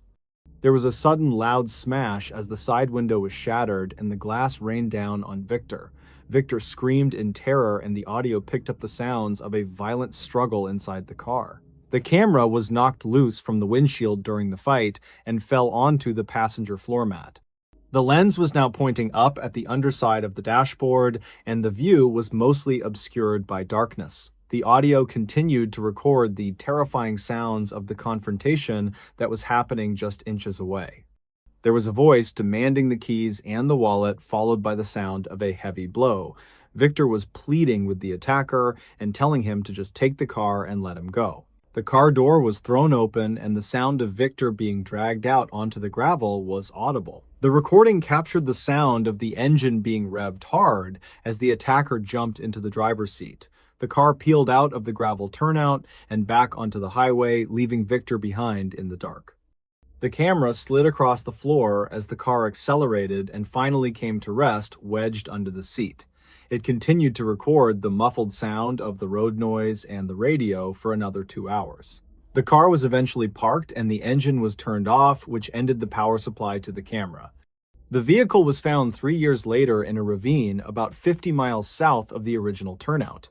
A group of hikers had spotted the glint of metal in the brush and called the local authorities. The car had been stripped of its tires and engine parts, but the interior was largely intact. Detective Vance Miller was assigned to the case and arrived at the scene to oversee the recovery operation. He had been the officer who took the missing person report for Victor Hale back in 2014. The car was hauled up from the ravine and transported to the police impound lot for a forensic search. Detective Miller searched the vehicle himself and found the dash cam wedged deep under the passenger seat mechanism. The device was dusty and the plastic casing was cracked, but the memory card inside looked undamaged. He carefully removed the small SD card and placed it into an evidence bag with a sense of hope. This tiny piece of plastic might finally hold the answers to what happened to the young photographer. The card was sent to the State Digital Forensics Lab, where technicians worked to recover the data files. The battery had died long ago, and the heat of the desert could have corrupted the sensitive data. It took 2 weeks for the lab to reconstruct the video files and send them back to Miller. He sat at his desk with a cup of coffee and prepared himself to watch the final moments. The video played clearly on his monitor and showed the drive and the stop at the gas station. Miller watched the interaction at the gas station closely and noted the appearance of the attendant on duty. He then watched as Victor pulled over to sleep and the terrifying sequence of the attack played out. The face of the attacker was visible in the night vision for that 1 minute he stood there. Miller paused the video and zoomed in on the face of the man in the dark hoodie. The resolution was grainy, but there was a distinctive scar visible on the chin of the attacker. Miller recognized the scar immediately because he had interviewed a man with that same mark years ago. The man was a local drifter named Caleb Reed, who had been a suspect in several burglaries nearby. Reed had always had an alibi for the nights in question, and the police could never pin anything on him. But this video placed him directly at the scene of the abduction with clear intent to harm. Miller printed the still image of the face and issued an immediate warrant for the arrest of Reed. A tactical team was assembled to raid the trailer where Reed was known to stay in the desert. They moved in at dawn and found Reed asleep in his bed, much like Victor had been that night. He was taken into custody without a fight and brought to the interrogation room at the county station. Miller walked into the room and placed the photo from the video on the table in front of Reed. The color drained from the face of the suspect as he realized that his crime had been recorded. Reed confessed to the carjacking and the assault, but he claimed that he had left Victor alive on the road. He said that Victor had run off into the desert after the car was taken, and he never saw him again. Miller did not believe the story and pressed Reed for the location of the body of the victim. Reed finally broke down and admitted that he had panicked and returned to the scene to silence the witness. He gave the police specific coordinates to a shallow grave located a few miles from the turnout. The recovery team went to the site and found the skeletal remains of Victor Hale buried under the sand. The discovery brought a tragic sense of closure to the family who had waited 3 years for answers. The footage from the dashcam was the key piece of evidence that secured a conviction for first-degree murder. Reed was sentenced to life in prison without the possibility of parole for his brutal crimes that night. The case of the missing photographer was finally closed, but the footage remained a haunting piece of evidence. The dashcam video was never released to the public out of respect for the family of the victim, but the description of the footage circulated among law enforcement officers as a warning about the dangers of the road. It served as a reminder that safety is an illusion when you are alone in the vast, empty wilderness. Detective Miller kept a copy of the case file on his desk for years after the trial ended. He often looked at the photo of the young man who had just wanted to move to the coast. The tragic irony was that the camera Victor thought was useless had been the only witness to speak for him. It had waited patiently in the dark under the seat for 3 years to tell the truth. The technology had survived the elements and the passage of time to ensure that justice was finally served. It was a testament to the fact that nothing stays buried forever in the desert if you look hard enough. The truth has a way of surfacing eventually, even if it takes years to find the light of day. There was one detail in the video that bothered Detective Miller long after the case was officially closed. In the audio recording of the drive before the stop, he heard Victor talking on the phone. Victor was telling his mother that he felt like he was being followed by a truck with one headlight. He said the truck had been behind him for 50 miles and would slow down whenever he slowed down. Miller went back and watched the footage from the rear camera, which he had initially ignored during the investigation. The rear camera showed a pair of headlights in the distance that stayed at a constant distance for hours. One of the headlights was dimmer than the other, just as Victor had described to his mother on the call. When Victor pulled over into the turnout, the headlights of the truck passed by and continued down the road.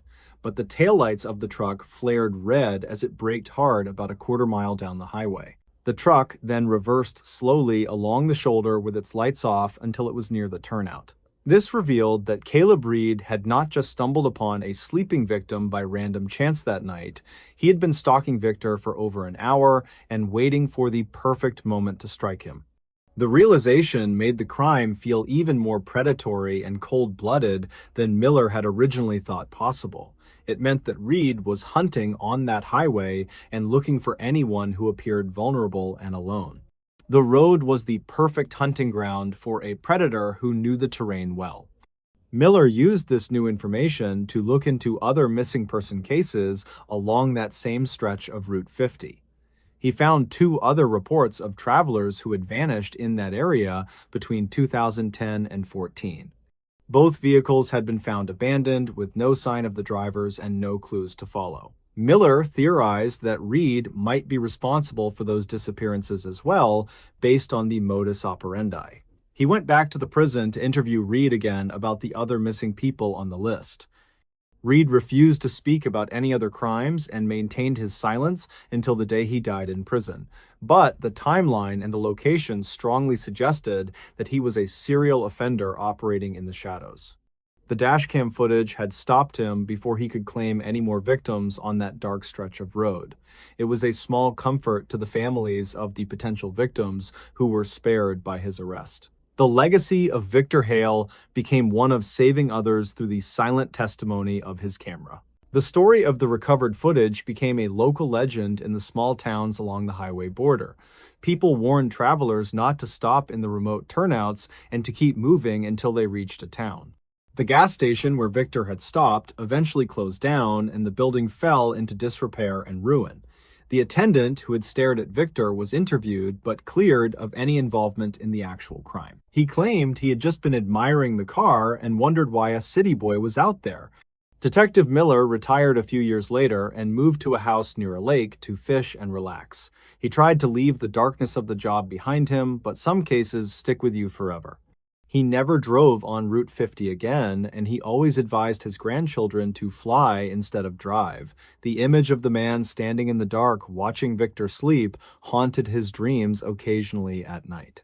It was the ultimate violation of safety and privacy that made the crime so terrifying to contemplate. The footage was a digital ghost story that was all the more frightening because it was completely true.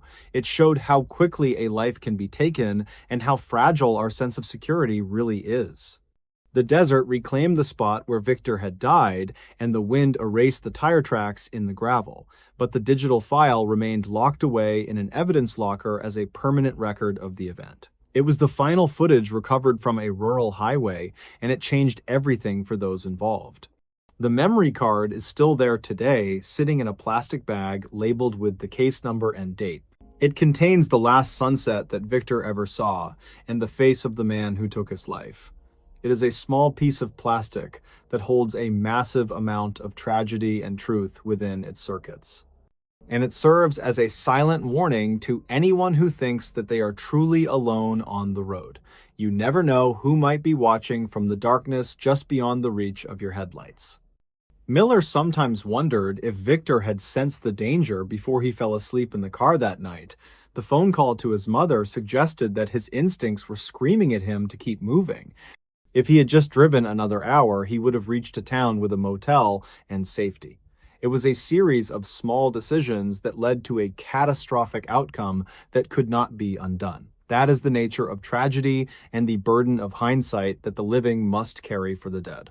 The case was featured in a documentary about highway crimes and the importance of dashcam evidence in investigations.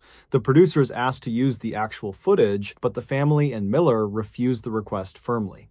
They did not want the death of Victor to be used for entertainment or shock value on television. The story was told through reenactments and interviews, which was powerful enough to convey the horror. The message was clear that technology can be a powerful tool for justice in the modern world. The documentary ended with a shot of the highway stretching out into the endless horizon at sunset. It was a beautiful and deadly landscape that held countless secrets in its vast open spaces. The viewer was left with a feeling of unease and a newfound respect for the dangers of travel. And somewhere in a cold evidence room, the real footage sat in the dark, waiting to be forgotten. But the story of Victor Hale would ensure that the lesson was remembered for a long time. The final report on the case concluded that the recovery of the camera was a 1 in a million chance. If the hikers had not strayed off the trail, they would never have seen the wreck in the brush. The car would have rusted away into nothing, and the truth would have vanished along with it. It was a stroke of luck that brought peace to a grieving family and justice to a killer. It was the final act of a young man who just wanted to document his journey to a new life. And in a way, he did document his journey, but it was not the one he had intended to take. He documented the end of his path and left a map for others to find him in the dark. That was the power of the final footage recovered from a rural highway on that fateful day. It was a story of light and shadow and the thin line that separates the two in our lives. And it was a story that would be whispered on the wind of the high desert for generations.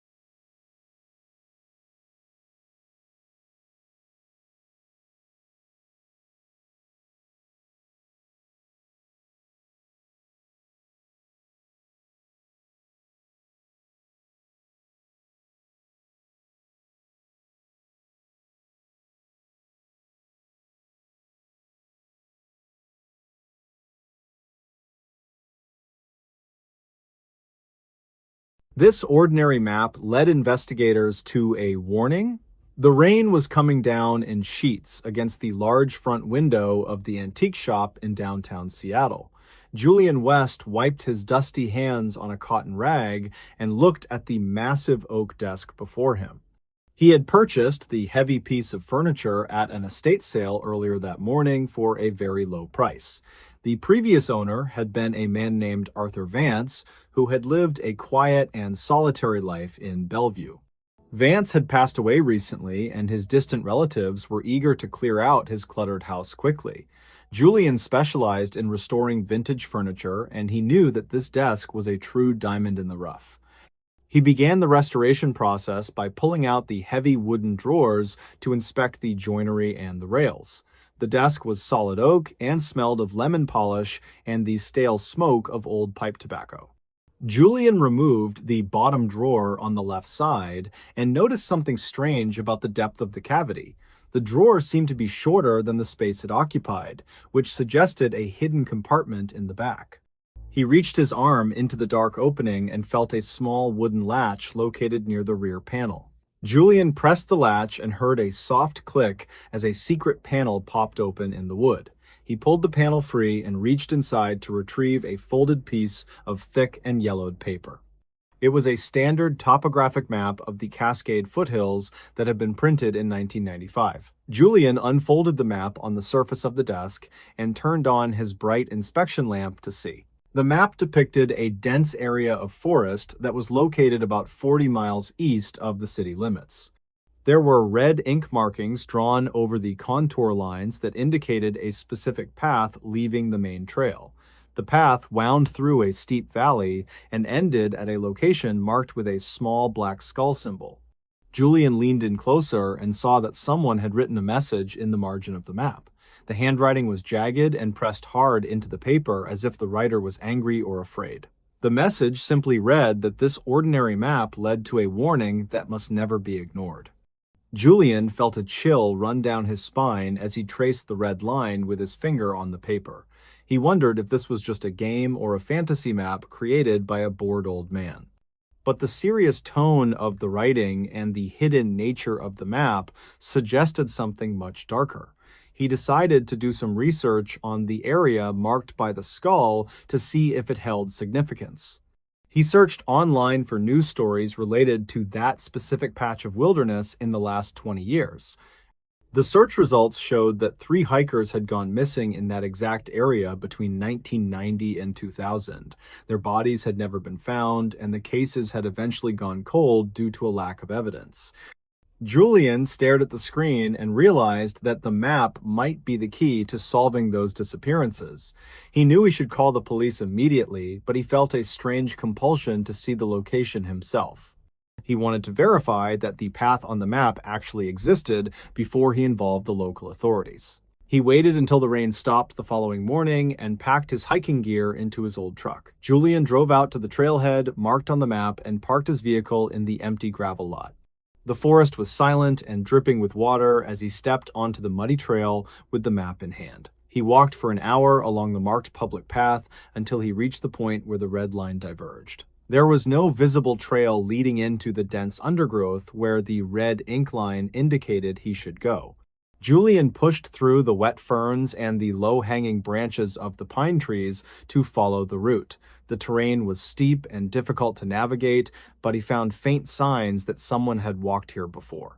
There were old blaze marks cut into the bark of the trees that had weathered over many years. He checked his compass and the map constantly to ensure that he was staying on the course marked in red. The woods felt oppressive and dark as he descended into the deep valley shown on the paper. He eventually reached a small clearing that was surrounded by towering rock walls on 3 sides of the perimeter. In the center of the clearing stood a solitary oak tree that looked dead and twisted by the elements. Julian walked toward the tree and saw that something was carved deeply into the gray wood of the trunk. He brushed away the moss and saw the same black skull symbol that was drawn on the map. Beneath the skull was an arrow pointing directly at a large pile of rocks at the base. Julian approached the rocks cautiously and used a sturdy stick to pry the top stones away from the pile. He uncovered a heavy metal ammunition box that had been buried in the earth to protect it from weather. The box was rusted shut, but the seal appeared to remain intact despite the years it had been there. He used a rock to hammer the latch open and lifted the heavy lid with a loud metallic creak.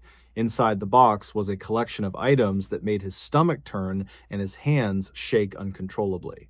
There were 3 driver licenses belonging to the missing hikers and a small leather journal filled with handwriting.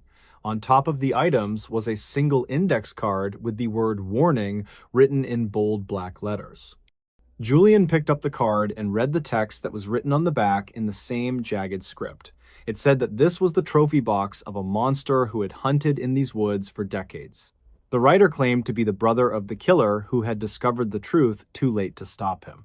The note explained that the brother had buried the evidence here because he was too afraid to go to police. He feared that his brother would kill him and his family if he ever found out about the betrayal. So he had left the map in his desk and hoped that someone would find it after they were both dead. Julian realized that Arthur Vance was the brother who had written the note and hidden the map away. The killer was likely someone close to Arthur who might still be alive and free in the world today.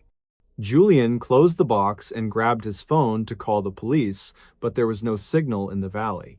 He shoved the heavy metal box into his backpack and began the long hike back to his truck immediately. He felt like eyes were watching him from the trees as he scrambled up the steep slope of the valley. Every snapping twig and rustling leaf sounded like footsteps following him through the dense and dark forest that afternoon. He reached his truck breathless and terrified and drove straight to the county sheriff's station to report the find. Sheriff Hagen listened to the story with a skeptical expression until Julian placed the licenses on the desk. The mood in the room changed instantly as the sheriff recognized the names of the missing people from the files. He called for detectives to secure the evidence and interview Julian about the exact location of the hidden box. They opened the journal and began to read the horrific details of the crimes that were recorded inside the pages. The journal belonged to a man named Silas Vance, who was the older brother of the late Arthur Vance. Silas Vance had been a respected member of the community and a former park ranger in that very district. He had used his knowledge of the woods to hunt his victims and hide their bodies where no one looked. The police launched a massive manhunt for Silas, who was now living in a retirement home near the coast. They arrested him that evening as he sat in the common room watching television without a care in the world.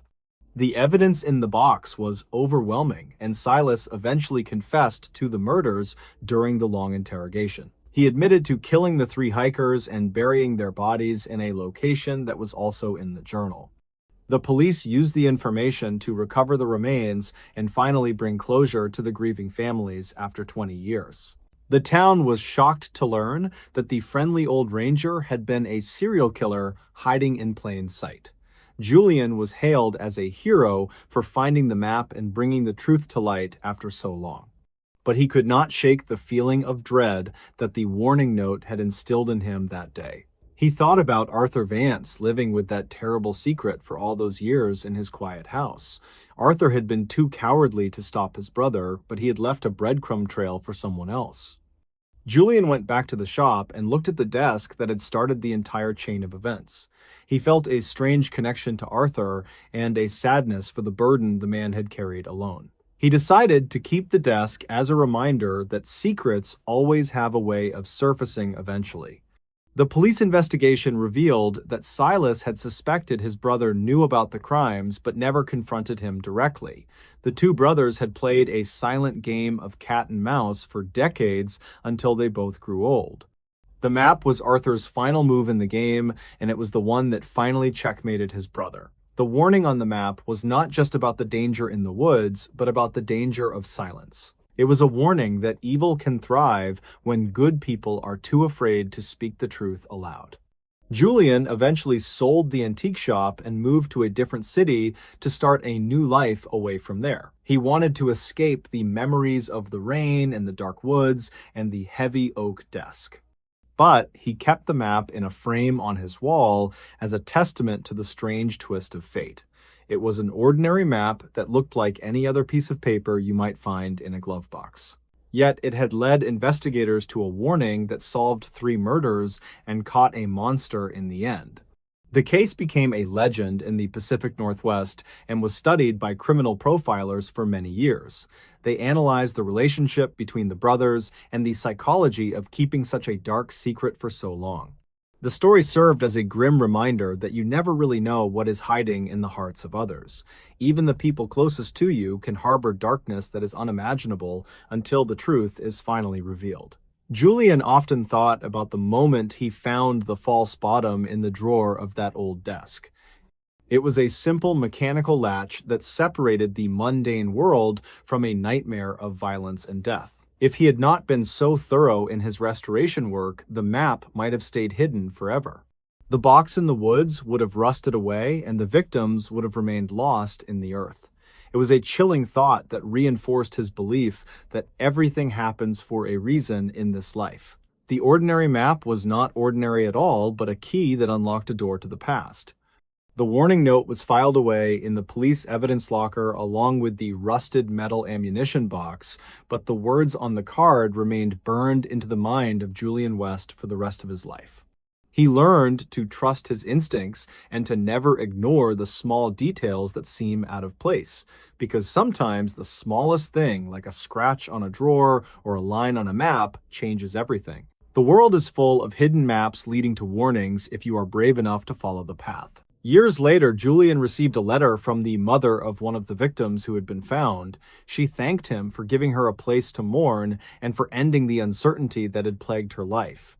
She enclosed a small photo of her daughter smiling on a hiking trail just days before she vanished.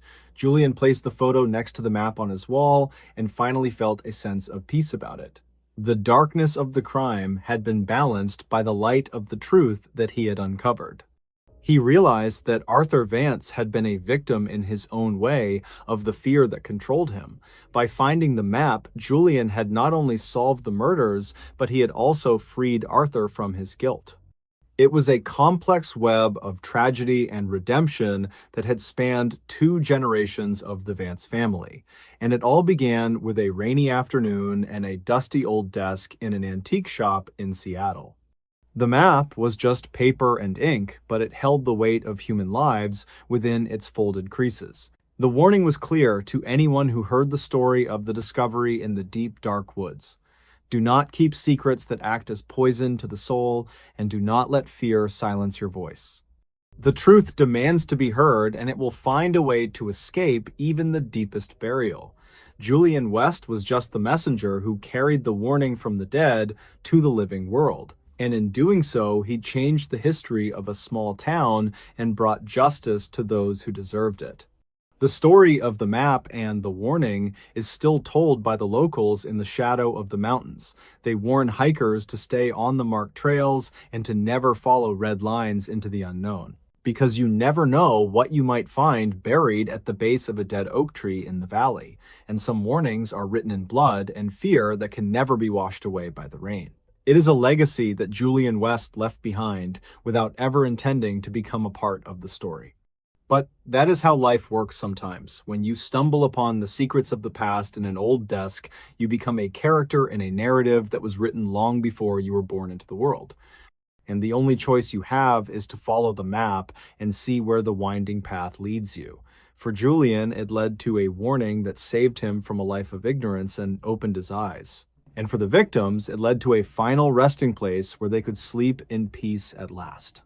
The ordinary map remains one of the most significant pieces of evidence ever recovered in that county. It is a silent witness to the evil that men do and the guilt that eventually consumes them whole. And it is a reminder that even in the digital age, a piece of paper can still hold power. The power to warn and the power to heal and the power to bring the truth to light. That is the story of the map that led investigators to a warning in the deep woods. Julian often wondered if Silas ever knew that his brother had betrayed him in the end with that map. The look on the old man's face when the police showed him the journal suggested that he did know. It was a look of betrayal and shock that his own blood had turned against him from beyond the grave. The game was over, and the pieces had been swept from the board by the hand of fate. And all because of an ordinary map that was hidden away in the dark for 20 years. The rain still falls on the streets of Seattle, and the antique shops still sell old furniture to strangers, but Julian never bought another desk without checking every inch of it for hidden compartments first. He knew that lightning rarely strikes twice, but he was not willing to take that chance again. One warning was enough for a lifetime, and he had no desire to find another one in the dark. He was content to live a simple life with his secrets out in the open where they belonged. And the map hung on his wall as a silent guardian against the shadows that linger in the corners. A reminder that the truth is always there, waiting to be found by someone who was looking for it. It was the final chapter of a story that began with a map and ended with a warning, and it was a story that Julian West would carry with him until the end of his own days. The mystery of the woods was solved, but the mystery of human nature would always remain a puzzle. That is the burden of knowing the truth about what happened in the Valley of the Dead Oak Tree, and it is the burden that Julian accepted when he opened that hidden drawer on that rainy Saturday morning. The ordinary map had changed his life and the lives of many others in ways he could not predict. It was a powerful lesson in the importance of curiosity and the courage to do the right thing. And it was a warning that some maps are better left unfollowed if you are not ready for the destination. But Julian had been ready, and he had followed the line to the bitter end of the road, and because of him, the warning was heard, and the monster was caged, and the lost were found.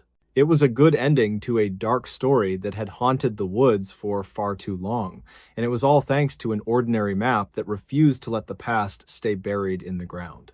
The antique desk that started it all eventually ended up in a museum display about the strange case.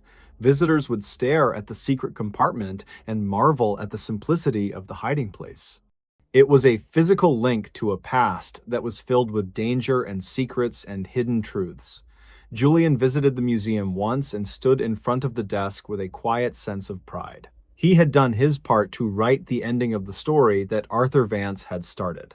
And as he walked out of the museum and into the sunlight, he felt a weight lift from his shoulders. The map was no longer a burden, but a symbol of the light that dispels the darkness. He walked down the busy street and disappeared into the crowd of people going about their daily lives. But he walked a little lighter and a little taller than he had before he found the map.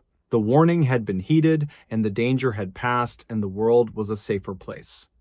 It is strange how a single object can change the trajectory of so many lives in an instant. A map found in a drawer can lead to a grave found in the woods and a killer found in a home.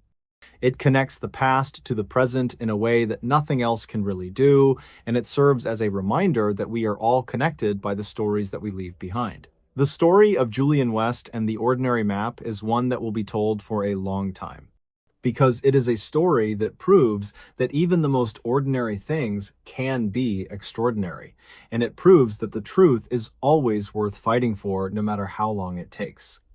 Julian never forgot the smell of the old desk or the sound of the secret latch clicking open.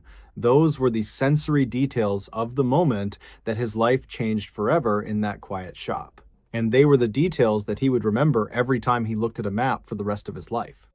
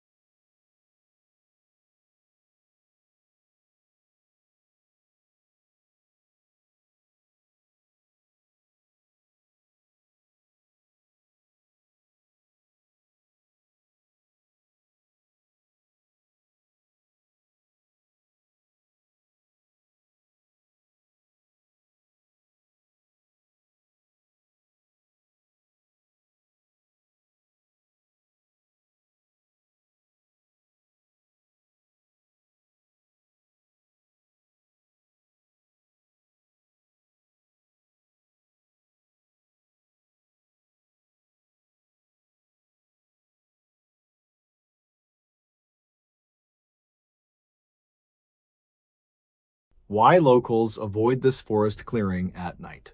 Silas Vance pulled his white pickup truck onto the gravel shoulder of the old logging road during a humid morning. He was a professional land surveyor who had spent over 20 years working in the dense forests of the Northwest. The timber company hired him to mark the boundary lines of a new plot before the heavy machinery arrived there. Silas grabbed his heavy canvas backpack, which contained his expensive laser levels and several boxes of bright orange marking flags. The morning sun was already beginning to bake the pine needles on the ground, and the air felt very thick. He checked his topographical maps one last time before he stepped over a fallen cedar log and entered the brush. The air was unusually still, and the local birds were not singing as he hiked into the dark green woods. Silas spent several hours navigating the rugged terrain and hammering wooden stakes into the damp and soft forest floor soil. Around noon, he pushed through a thicket of hemlock trees and stumbled into a perfectly circular opening in the woods. The grass inside the clearing was completely yellow and brittle, despite the recent heavy rains that had soaked the region. Silas checked his global positioning system and noticed the handheld device was failing to lock onto any available satellite signals. He stepped into the center of the circle and felt a sudden wave of nausea that made him feel lightheaded. The surveyor looked at his compass and watched as the needle began to spin slowly in a clockwise direction today. He decided to take a break and sat on a mossy log while he looked for any signs of wildlife. There were no insect tracks in the dust and no squirrel chatter coming from the surrounding canopy of the trees. Silas noticed a rusted metal object poking out from the dirt near the very edge of the yellow dead grass. He dug it out with his trowel and found a vintage mechanical wristwatch with a cracked face and leather strap. The hands of the watch were permanently frozen at exactly 3:15, and the back was engraved with a name. Silas felt a strange vibration in his chest that seemed to grow stronger the longer he stayed inside that clearing. He gathered his equipment and hiked back to his truck because the feeling of being watched was becoming truly unbearable. That evening, he visited a local diner and asked the waitress about the history of the woods near the ridge. She told him that the area was known as the Dead Patch, and hikers had been disappearing there since forever. Public records showed that a man named Alistair Thorne had vanished while he was hunting for rare mountain orchids there. The search party found his backpack and his rifle leaning against a tree near the center of that same clearing. Witness statements from the volunteers mentioned a low humming sound that caused their ears to bleed and their vision blur. Silas realized that the name on the back of the rusted watch he found matched the missing hiker from archives. He contacted a retired sheriff named Sterling Gable, who had led the original search efforts for the missing orchid hunter. Sterling was 72 years old and lived in a small cabin filled with old topographical maps and handwritten journals. The old man explained that the clearing sat directly above a series of deep and prehistoric limestone caverns and rivers. He believed that the unique shape of the mountains acted like a massive acoustic chamber for the wind during the night. Silas returned to the clearing 2 days later with a professional audio recorder and a high-frequency microphone for data. He set up his equipment on a tripod and waited for the sun to drop below the jagged mountain peaks. As the temperature fell, the wind began to whistle through the narrow canyons and the air started to vibrate heavily. The recorder showed a massive spike in infrasound, which is a frequency that is too low for human ears. Scientific studies have shown that infrasound at high volumes can cause intense feelings of dread and even vivid visual hallucinations. Silas watched the monitor and saw the waves of sound bouncing off the limestone walls hidden beneath his feet today. The vibration became so intense that the yellow grass seemed to dance and the trees appeared to bend and twist. He saw a shadow move across the clearing, and for a moment he thought a man was standing by trees. Silas reminded himself that his brain was reacting to the physical pressure of the sound waves hitting his inner ears. He grabbed his gear and scrambled back toward the trail while the low hum echoed through the bones of Skull. The data he collected confirmed that the clearing was a natural trap for sound that created a sense of terror. Locals avoid the area because their ancestors learned that the woods could play tricks on a person who stayed late. The mystery was not a ghost or a monster, but a physical phenomenon that turned the wind into a weapon. Silas submitted his report to the logging company and recommended they leave that specific section of the forest completely alone. He kept the rusted watch in his desk drawer as a reminder that some places are better left to shadows. Logic can explain why the clearing feels wrong, but it cannot stop the cold shiver that runs down your spine. The forest remains silent during the day, while the wind waits for the night to turn the trees into choir. Silas never went back to the northern Cascades, and he took a job surveying coastal properties where the air felt. He still wakes up sometimes in the middle of the night, thinking he can hear that low and steady sound. Most people need a reason to be afraid, but Silas knew that nature does not need a reason to be. He looked at the map one last time and saw that the clearing was still marked as a void space. The company decided to build a fence around the perimeter to keep the hikers from wandering into the dangerous sound. Sterling Gable called Silas a week later to tell him that another hiker had reportedly been seen near the ridge. The dispatch logs from the local station mentioned a man who looked disoriented and was wandering in circles near the planting. Silas knew that the mountain was calling to those who were sensitive to the deep and low vibrations of Earth. He looked at the watch on his desk and saw that the hands were now moving backward at high speed. The mechanical parts should not have been working after 30 years in the dirt, but they were spinning very fast. Silas realized that the energy from the clearing had followed him home and was now affecting his personal living space. He drove to a nearby bridge and threw the watch into the deep water so he could find some peace. The ripples in the water reminded him of the sound waves he saw on his digital recorder back in forest. Nature has a way of reclaiming what belongs to it, and some things are meant to stay lost in dirt. The clearing is still there, and the wind still hums through the limestone caves when the moon is high. Silas sat in his office and wrote a long letter to the Forest Service about the dangers of the infrasound. He explained that the yellow grass was a biological reaction to the constant high-pressure vibrations from the underground caverns. The chemicals in the soil were being altered by the sound waves, which made it impossible for healthy plants to grow. He cited several archived reports from 1952 where a group of loggers abandoned their equipment in that clearing. They reported seeing impossible things and hearing voices that sounded like their own mothers calling them from the deep woods. One logger had reportedly walked into the trees and was never seen again by his coworkers or the local police. Silas felt a sense of duty to document everything he had discovered for the sake of future hikers and families. He spent several weeks organizing his photographs of the yellow grass and the readings from his digital sound recording device. The timber company was not happy with his report because it meant they would lose thousands of dollars in potential. They tried to hire a second surveyor to disprove the findings of Silas, but no one else would take job. Rumors began to circulate in the small town that Silas had been cursed by the spirits of the dead patch. He ignored the gossip and focused on his new work near the ocean, where the waves provided a different sound. The retired sheriff Sterling Gable visited him one afternoon to share a new discovery from the old county historical archives. They found a map from 1875 that showed the clearing was used as a site for ancient rituals. The native people of the area had recognized the power of the sound long before the first settlers had arrived. They called it the place where the earth speaks, and they only visited the clearing during these summer solstice events. Sterling believed that the limestone caverns were much larger than the modern maps had originally indicated to the public. He suspected that the underground river system was connected to a massive lake hidden deep beneath the mountain range itself. Silas looked at the old maps and realized that the vibrations were actually a form of natural sonar for the Freet. The sound was bouncing off the hidden water and creating a feedback loop that resonated with the frequency of fear.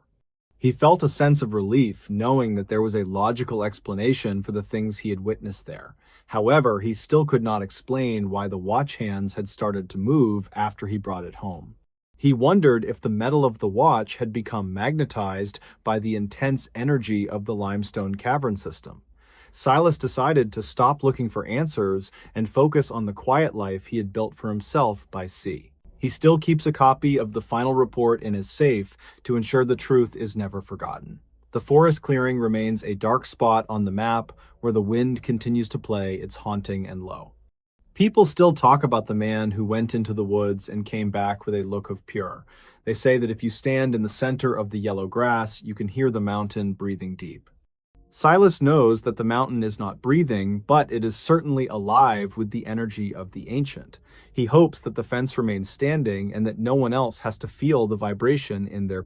The world is full of places that we do not understand, and some of them are best left alone. Silas Vance is now 70 years old, and he still avoids the woods whenever the wind begins to blow. He tells his grandchildren that the most dangerous things in this world are often the things that we cannot. The legacy of the dead patch lives on in the stories told by the locals around the warm campfires. They warn the tourists to stay on the marked trails and never to enter a circle of yellow grass. The mountain continues to hum and the limestone caves continue to echo with the sound of the invisible wind. Nature does not need to hide its secrets because most people are too afraid to look for them in. Silas closed his journal and looked out at the ocean while the sun began to set over the blue. The sound of the waves was peaceful, and it drowned out the memory of the humming in the dark. He was finally at peace with the mystery of the clearing and the man who was lost in. The watch was gone, and the report was filed, and the forest was a long way from his home. He knew that the clearing would always be there, waiting for the next person to wander into the quote. Why locals avoid this forest clearing at night is a question with a very long and very loud answer.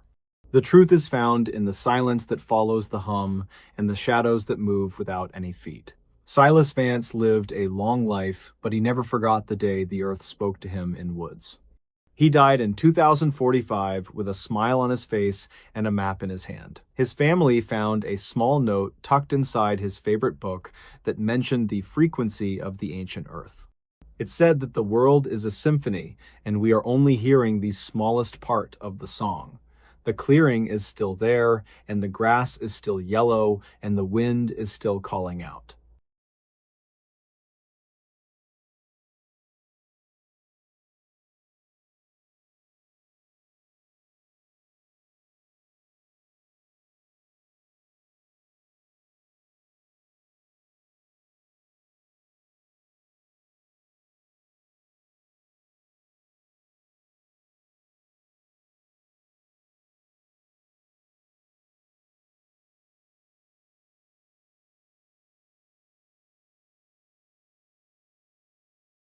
The most unsettling emergency calls from one winter. The job of a 911 dispatcher is often described as hours of total boredom interrupted by minutes of terror. Julian Vance was a 36-year-old man who had spent 12 years working the night shift in Washington. He liked the quiet of the late hours when the only sounds were the hum of the servers and wind. The winter of 2009 was the coldest season that the residents of the valley had seen in many decades. Heavy snow had been falling for 3 days straight, and most of the mountain roads were now completely blocked by drifts. Julian sat in the dim light of the dispatch center while the snow piled up against the small frosted windows. He drank a cup of lukewarm coffee and watched the green lights on the console flash as the systems ran tests. Most of the calls that night had been about fallen tree limbs or neighbors complaining about loud snowblowers in town. He expected the rest of his shift to be just as routine and forgettable as the previous 12 years of work. Julian checked the digital clock on the wall and saw that it was exactly 2:45 in the morning right now. A single red light began to blink on the emergency line console, which indicated an incoming priority call from a rural area. Julian adjusted his headset and pressed the button to accept the signal while he prepared his digital notepad for the notes. He heard nothing but the sound of heavy breathing and the faint crackle of static on the other end of line. He asked for the location of the emergency, but the caller remained silent for several long seconds before they finally spoke. A woman with a very shaky voice told him that there was a man standing in her front yard right now. She said that he was wearing a bright red coat and was just staring at her front door in the dark. Julian asked for her address, and she told him that she lived at the end of Old Mill Road near Ridge. He looked at his map and saw that her house was the most isolated property in that entire northern section today. The woman said that the man was not moving even though the wind was blowing at 40 miles per hour. Julian kept the woman on the line while he dispatched a patrol car to the remote location on Old Mill Road. He told her to lock all of her doors and to stay away from the windows until the police arrived there. The woman began to whisper that the man in the red coat was now walking toward her porch very slowly. She described his movements as jerky and unnatural, as if he was struggling to move his heavy limbs in the cold. Julian felt a chill run down his spine, because her voice sounded like she was witnessing something truly impossible that night. He checked the status of the responding officer and saw that the patrol car was still 10 miles away from her. The woman suddenly screamed that the man was standing right outside her living room window and looking directly at her face. Then the line went completely dead, and the only thing Julian could hear was the dial tone in his ear. He tried to call the number back several times, but the system reported that the line was busy or disconnected. 10 minutes later, a second call came into the dispatch center from a completely different part of the valley that night. This caller was a young man who lived in a small cabin near the frozen lake about 5 miles away. He sounded terrified and told Julian that there was a person standing on the ice wearing a bright red winter coat. The young man said the figure had been standing in the exact same spot for over 3 hours in the blizzard. Julian felt his heart begin to race because the description of the man matched the first call perfectly in every way. He asked the caller if he could see the face of the person standing out on the frozen lake right now. The young man said that the figure did not seem to have a face or any visible features under the hood. Julian checked his logs and realized that it was physically impossible for a person to travel that distance so very quickly. The snow was too deep for a vehicle to move, and no person could walk 5 miles in 10 minutes. The patrol officer named Miller finally reached the first house on Old Mill Road and reported his findings over the radio. He said that the front door was wide open and the lights were all flashing on and off inside the house. Miller entered the property with his weapon drawn and searched every room for the woman who had called the dispatch center. He found her cell phone lying on the kitchen floor, but the house was completely empty and showed no sign of struggle. The officer stepped out onto the front porch and noticed a set of footprints in the deep snow near the stairs. He followed the tracks for about 50 yards until they simply stopped in the middle of a wide and open field. There were no return tracks and no evidence that the person had been picked up by a vehicle or a sled. Miller told Julian that the footprints were very deep and looked like they were made by someone who was heavy. The air temperature was 10 degrees below zero, and no one could survive outside without proper shelter for very long. Julian received a third call at 4:15 in the morning from a woman who sounded exactly like the first caller. She said that she was hiding in her basement and that the man in the red coat was in the house. Julian realized that the caller identification display was showing a phone number that had been disconnected back in 1994. He asked the woman how she was calling him, and she said that she was using the old wall phone. The dispatcher felt a wave of nausea as he looked at the records for that specific property on the computer. The archives showed that a woman had disappeared from that exact same house during a blizzard 25 years ago today. She had called 911 to report a man in a red coat before she vanished without a trace then. Julian realized that he was listening to a recording of a call that had happened decades before he was born. The audio quality was too clear for an old recording, and the woman was responding to his specific questions now. The technician on duty, named Sarah, came over to his desk to investigate the strange technical glitch in the phone. She looked at the server logs and confirmed that the signal was coming from an ancient copper line in the woods. Sarah explained that the extreme cold and ice can sometimes cause old electrical signals to become trapped in the wiring. She had heard stories about ghost signals that would replay old conversations when the atmospheric conditions were just right for them. Julian did not believe her because the woman on the line was reacting to the things he was saying today. He asked the woman if she knew what year it was, and she told him it was 1984. She said that the man in the red coat was scratching at the basement door with his long metal fingernails. Julian told her to stay quiet and promised that help was on the way to her location right now. He knew that there was no one left to save because the event had already happened a long time ago. The young man at the lake called back and said the figure on the ice was now standing at door. He was crying and saying that he could hear a low humming sound coming from the man in the red coat. Julian told him to hide in the bathroom and to lock the door while he sent another officer to Lake. The young man said that the humming was getting louder and it felt like his teeth were vibrating in head. He dropped the phone and Julian heard the sound of wood splintering as the front door was forced open violently. There was a sound of heavy boots walking across the floor, and then a deep and distorted voice spoke into phone. The voice said that it was finally time to go back into the cold where the light never shines. Then the line went silent, and Julian was left sitting in the quiet dispatch center while the sun rose. The morning light revealed a world covered in a thick blanket of white snow that looked peaceful and very still. The police arrived at the lake cabin 30 minutes later and found the young man sitting on the kitchen floor. He was completely unharmed, but he was staring at the wall with wide eyes and would not speak to anyone. The officers found a bright red coat lying on the rug in the center of the living room that morning. The coat was soaking wet and smelled like stagnant lake water and old pine needles from the deep forest floor. There were no footprints leading to the cabin, and the snow on the porch was completely undisturbed by any boots. The young man was taken to the hospital for observation, and the doctor said he was in a state shock. He never told anyone what he saw that night, and he moved away from the valley a few weeks later. Julian visited the cabin and saw the red coat before the evidence team took it away for further testing. It was an old style of heavy wool parka that was common in the Northern Territories during the 70s. Julian spent the next few months researching the history of the redcoat figure in the local county library archives. He found dozens of reports dating back to the late 1800s that mentioned a similar presence in the woods.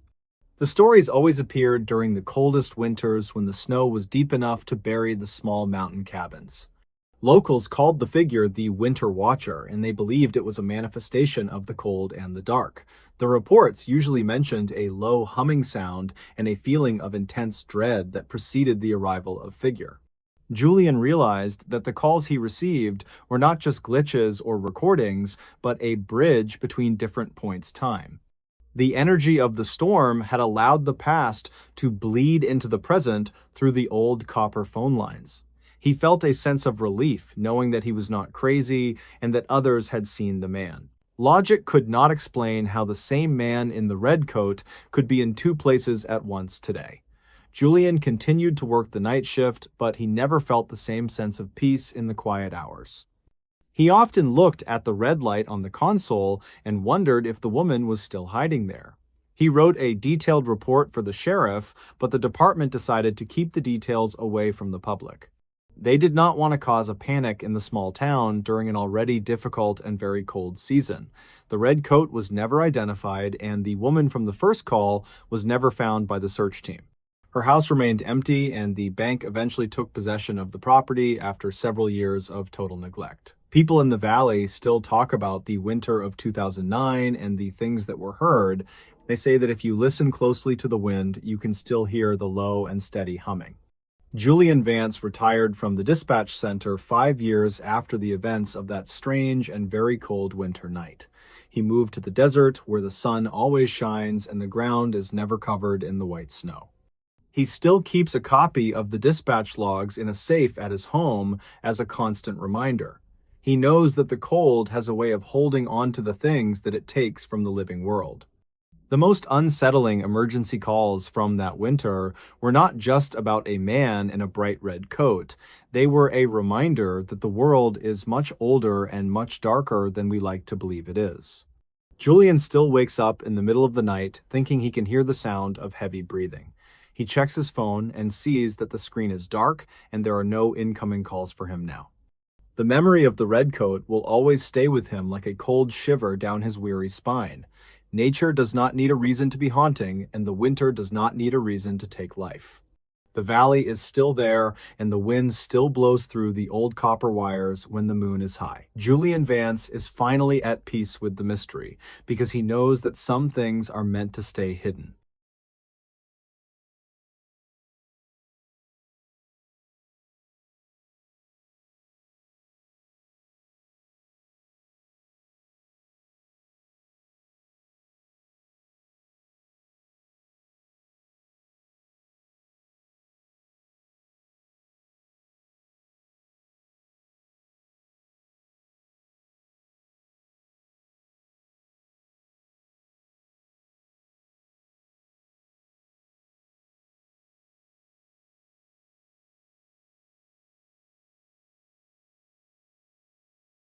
This old photograph raised serious questions years later.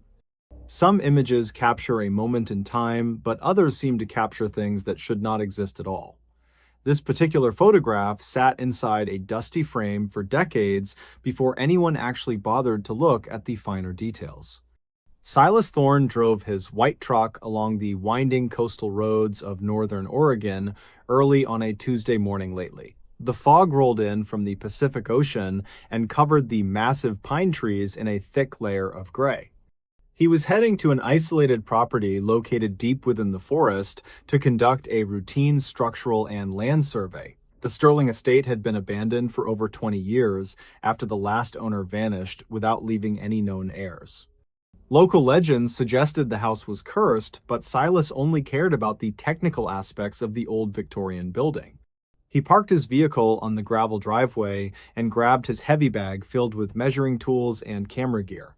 The front door creaked loudly when he pushed it open, and the smell of stagnant air hit his nose immediately. Silas was a 38-year-old property inspector who had seen hundreds of abandoned houses during his long career. He spent the first hour mapping the ground floor and taking high-resolution photographs of the damaged support beams below. The house was a masterpiece of 19th century architecture despite the significant decay visible on every single wooden surface there.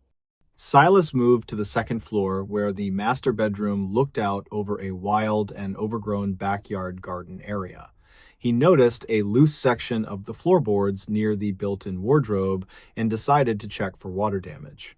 As he pulled back the wood, he saw a small rectangle of glossy paper stuck in the dark floor joists. He reached down with his gloved hand and pulled out a Polaroid photograph that appeared remarkably well preserved for its age. The picture showed a man standing in the garden wearing a bright red windbreaker and modern-looking blue denim jeans. Silas turned the photo over and saw the date of September 12, 1994, written in faded black ink. He felt a strange sensation in his chest when he looked closely at the man standing by the stone fountain. The man in the photograph was wearing the exact same model of hiking boots that Silas had purchased last month. These boots were a limited edition release from a company that did not even exist during the 1990s era. He sat on the edge of the dusty bed and stared at the image until his eyes began to ache. The man in the picture had a scar on his left cheek that matched a mark Silas received during childhood. He could not understand how a photograph from 1994 could feature a man wearing clothes from the future. Silas decided to investigate the basement to see if he could find any more clues about the previous owner, Arthur.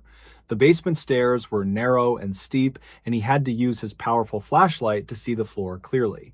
Reportedly, the local police had searched this basement several times after Arthur Sterling vanished without a single trace back then. He found a stack of old shipping crates filled with documents and personal letters from the late 1980s and 90s. One letter was addressed to a man named Silas, and the handwriting looked suspiciously like his own cursive writing style. The letter spoke of a discovery in the nearby woods and a shimmering light that appeared inside a deep cave. He felt a cold sweat break out on his forehead as he read the words written on the yellowed paper. The author of the letter claimed that time was not a straight line, but a circle that repeated every few decades. Silas tucked the letter into his pocket and headed back to his truck to get some fresh air and think. He drove to the local town library to search the newspaper archives for any mention of the Sterling estate mystery. The town was a small coastal community where everyone knew each other and secrets were hard to keep for long. The librarian was an elderly woman who remembered the disappearance of Arthur Sterling during the winter of 1998 clearly. She told Silas that a stranger had been seen wandering the property shortly before the owner went missing for good.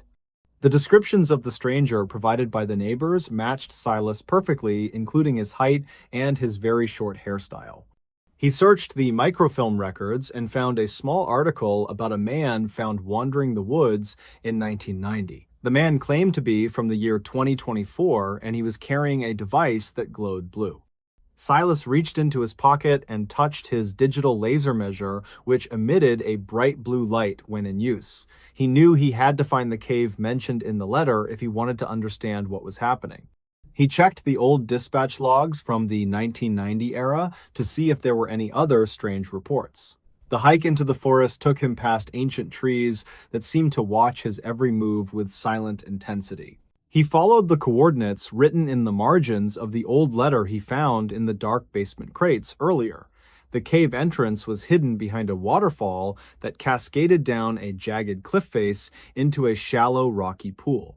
He stepped behind the curtain of water and entered a large cavern that smelled of ozone and damp earth together. In the back of the cave, he saw a backpack that looked identical to the one he currently carried over.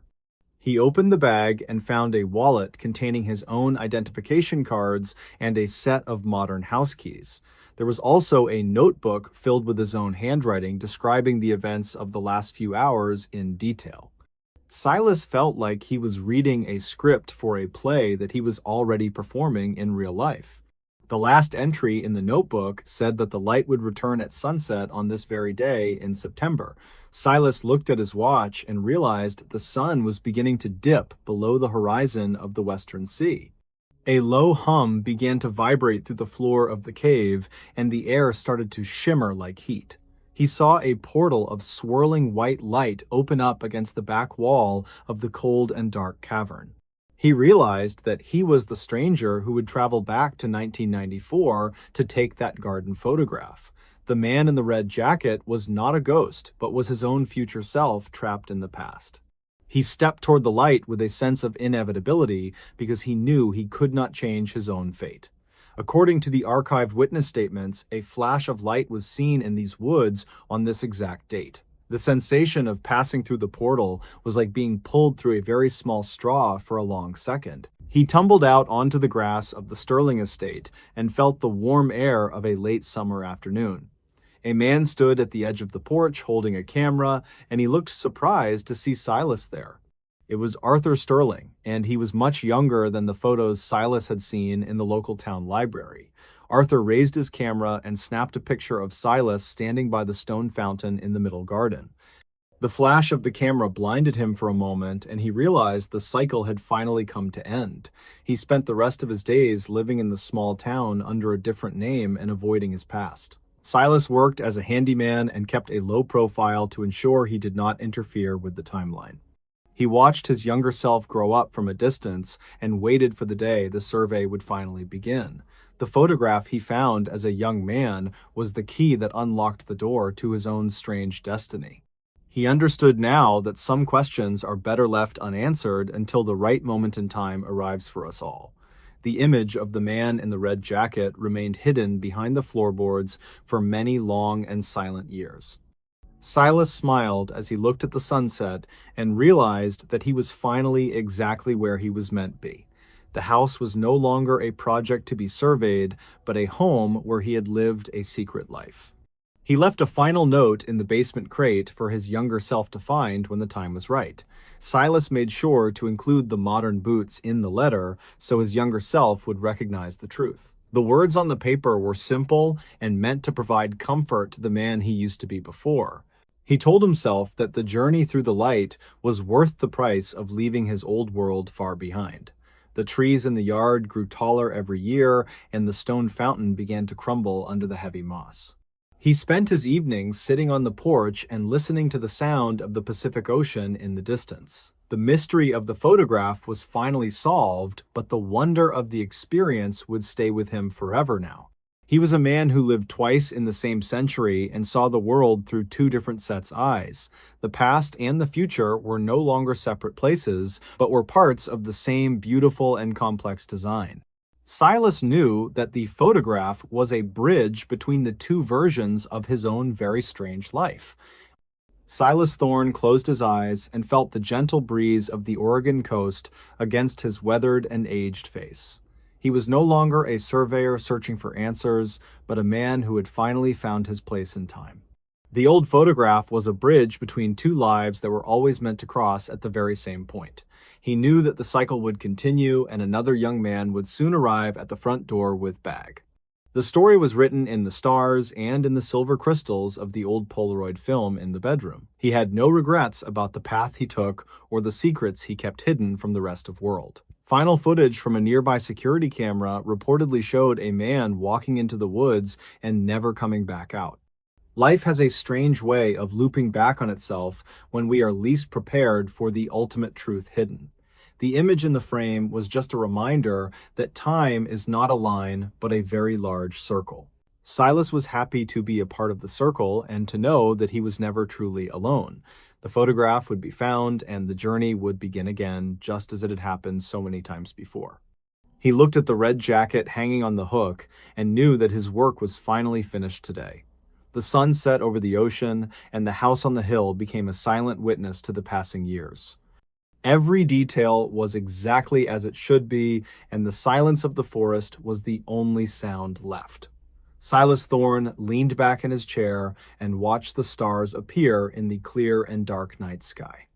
The mystery of the Sterling estate would remain a local legend for the people living in the small coastal town. They would talk about the man who vanished and the stranger who appeared from nowhere on a warm summer day.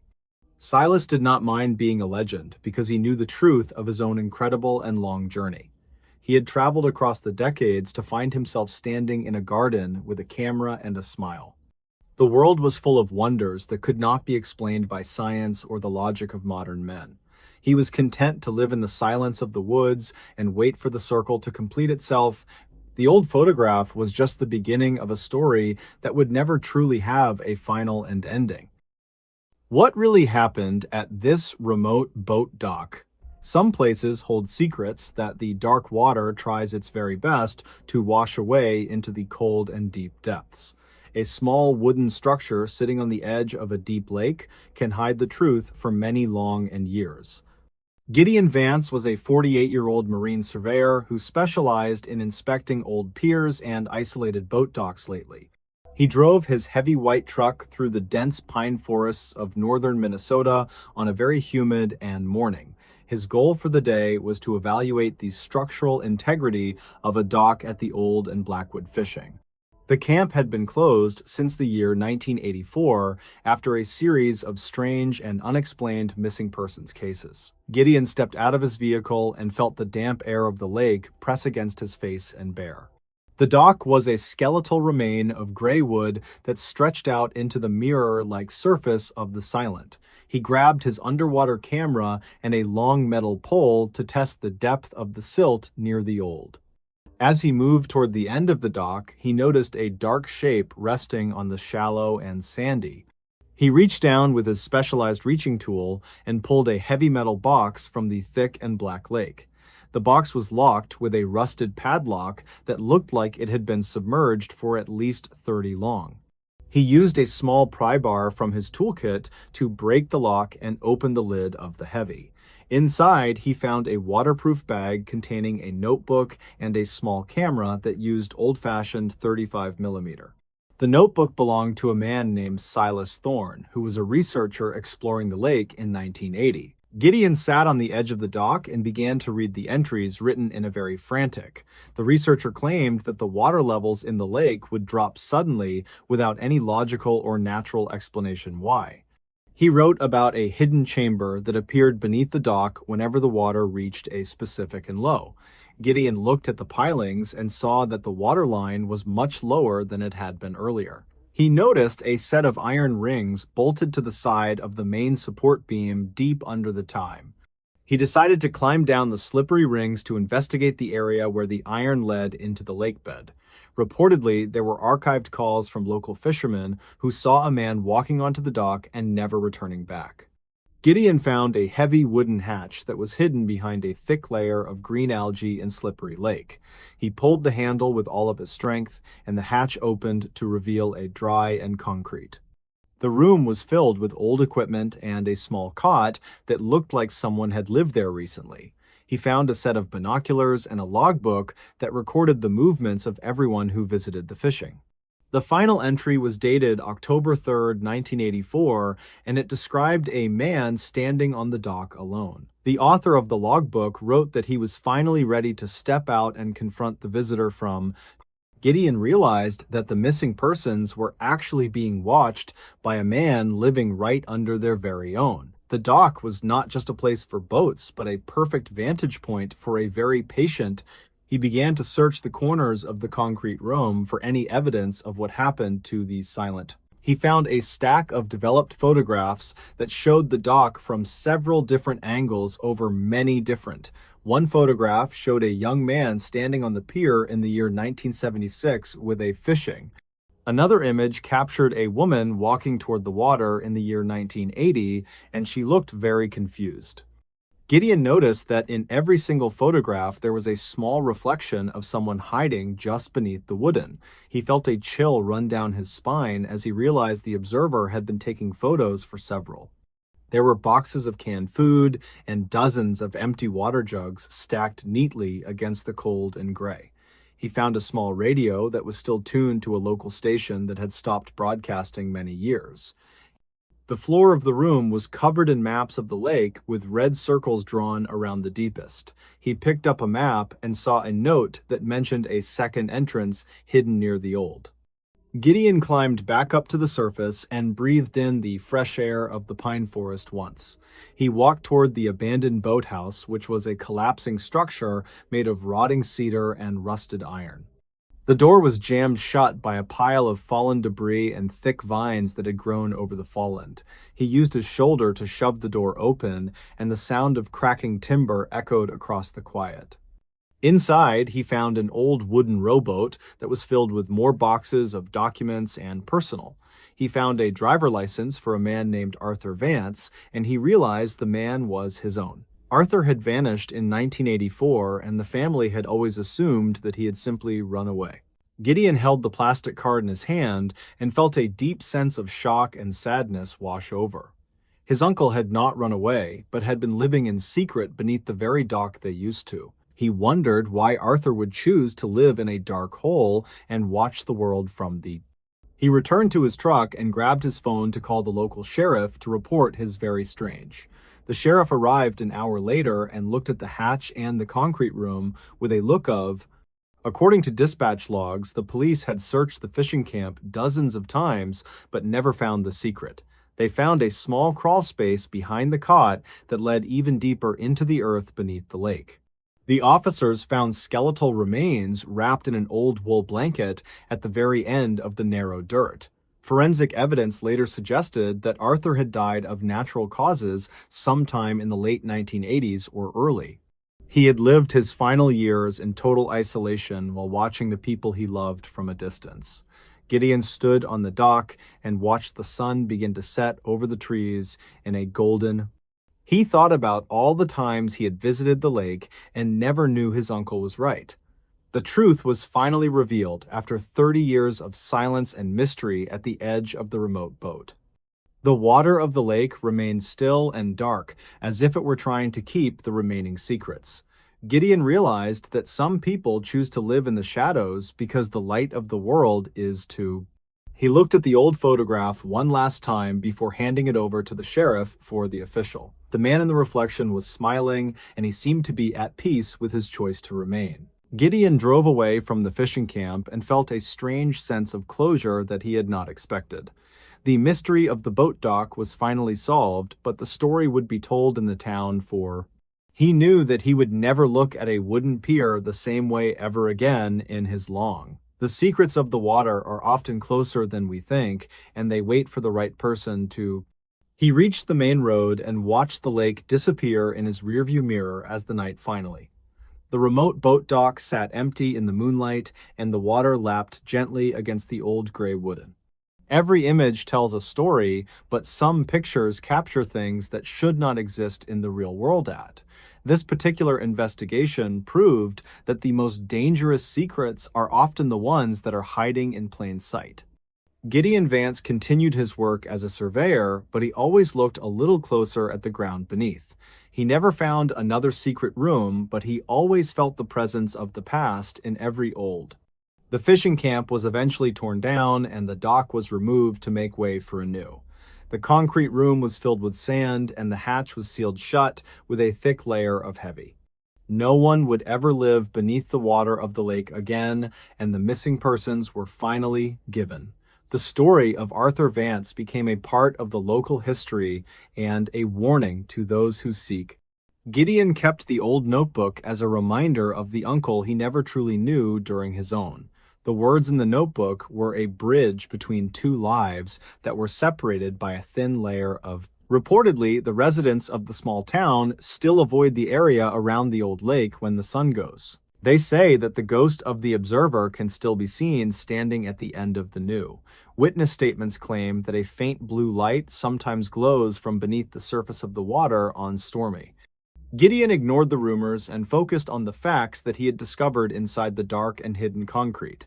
He knew that his uncle was not a monster, but a man who was lost in his own private. The photographs were not meant to be a threat, but were the only way he could stay connected to. Life is often more complex than the stories we tell ourselves to explain the things we do not understand. The remote boat dock was a symbol of a life lived on the edge of two different worlds. Silas Thorne and Arthur Vance were two men who shared a similar fate in the quiet woods of Northern. Gideon was the one who finally brought their stories into the light for the rest of the world to. He spent many evenings sitting on his own porch and looking at the stars that reflected in the dark. The memory of the metal box and the rusted padlock remained clear in his mind even as years. He had learned that the truth is often buried beneath layers of mud and time and requires patience too. The silence of the lake was no longer a mystery, but a comfort to the man who found the. Every dock has a story, and every surveyor has a case that they will never forget for as long. Gideon Vance was a man who saw the world through a lens of logic, but he learned to. The remote boat dock was his final mystery, and the one that stayed with him until the very farewell. He closed his eyes and listened to the wind in the pines and the water on the shore. The story was finished, and the circle was finally closed for the family of the man who watched.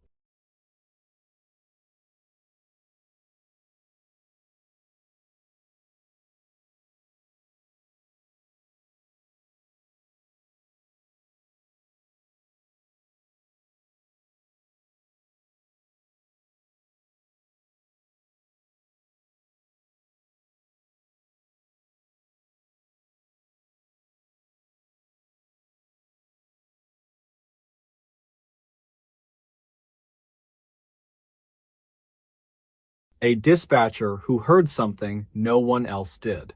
The Regional Emergency Communications Center was a long, windowless room that sat on the quiet outskirts of the city. Silas Thorne was a 34-year-old veteran of the graveyard shift who was known for his incredible hearing. He often spent his 12-hour shifts listening to the subtle rhythms of the facility and the city around him.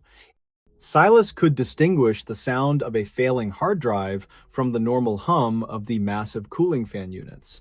His coworkers frequently teased him about his ability to hear a mouse scurrying behind the drywall of the break room. The night of November 12th started out as a very typical Tuesday with only a few calls regarding minor incidents. Most of the city was asleep, and the digital maps on the wall showed very little movement in the streets.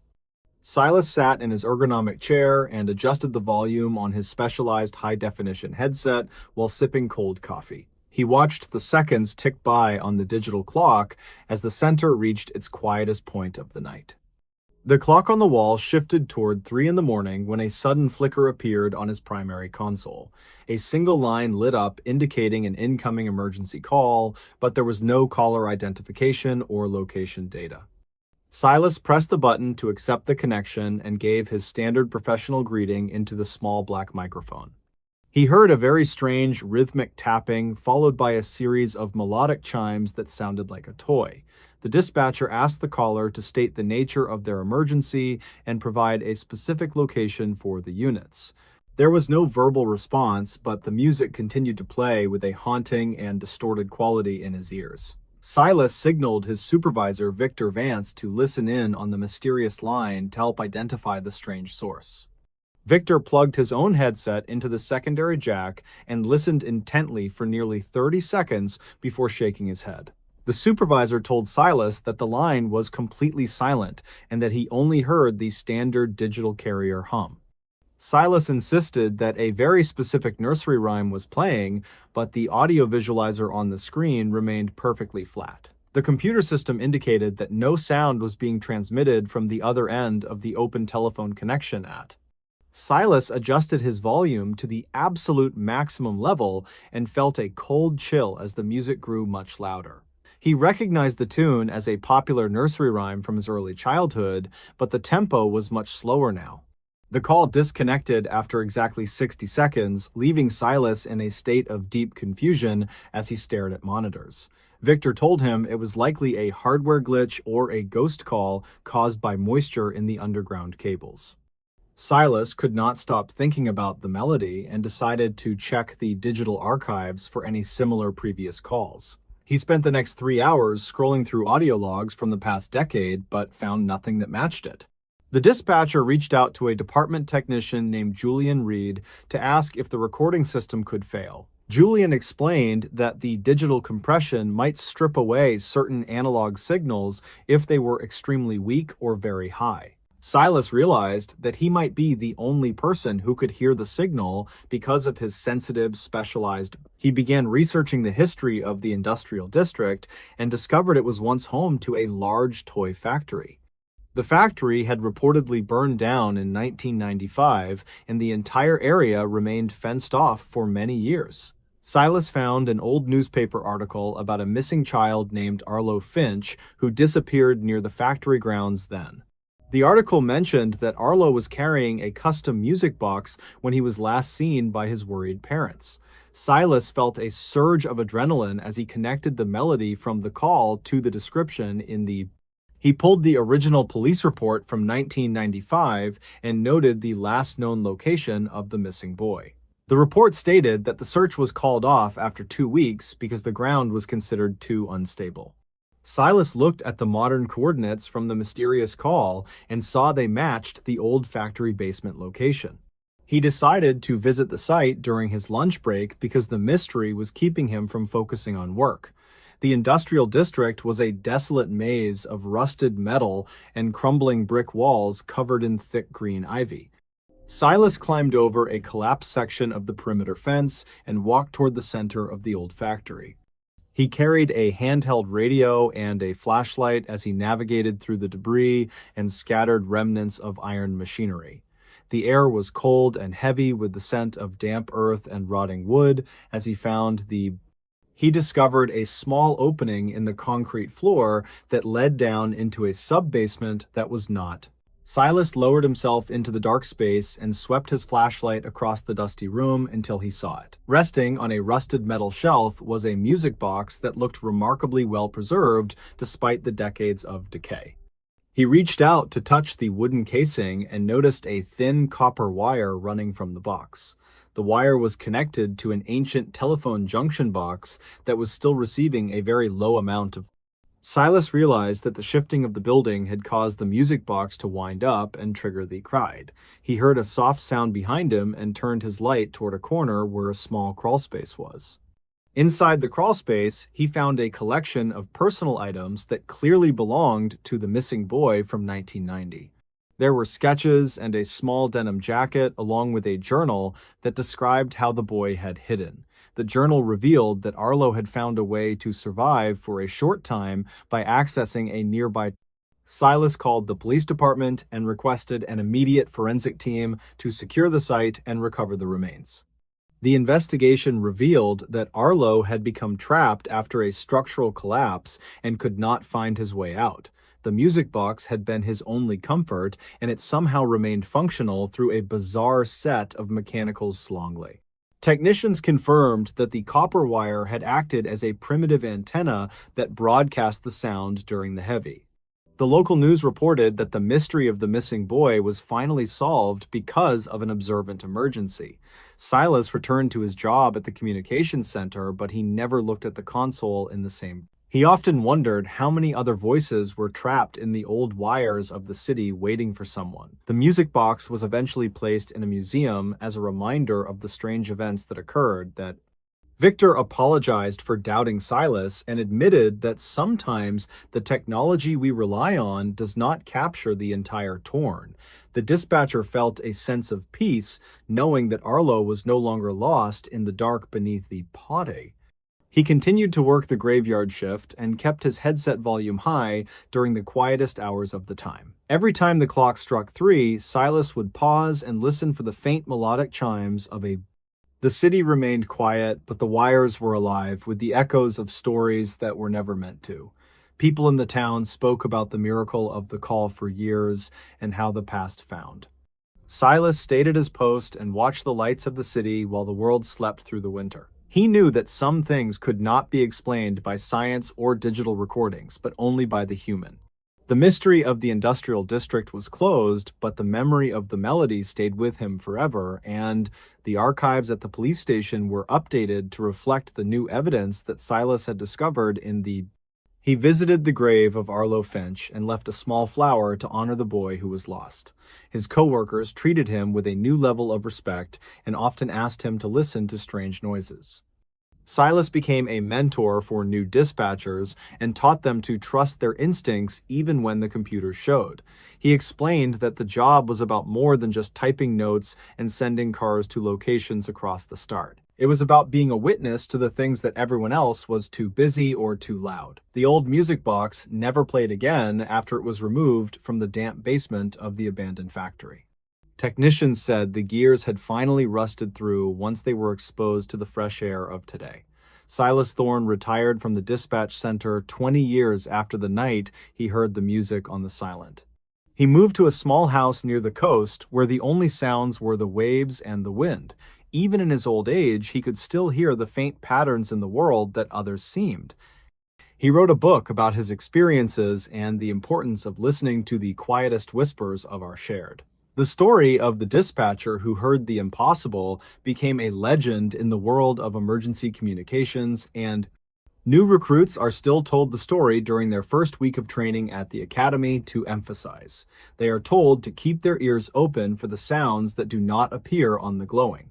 The city continues to grow and change, but the old copper wires still hum with the electricity of Silas. Knows that the world is full of signals if you are only patient enough to wait for. He sits on his porch and listens to the world with a smile because he knows the truth. The silence is never truly empty for those who know how to listen to the heartbeat of the Silas Thorne lived a long and quiet life, knowing he had given a voice to a boy who, the melody of the music box remains a part of the city, even if the physical gears have. Justice was finally served for the Finch family because a man in a headset refused to believe the line. The case remains one of the most unusual entries in the archived dispatch logs of the regional communication.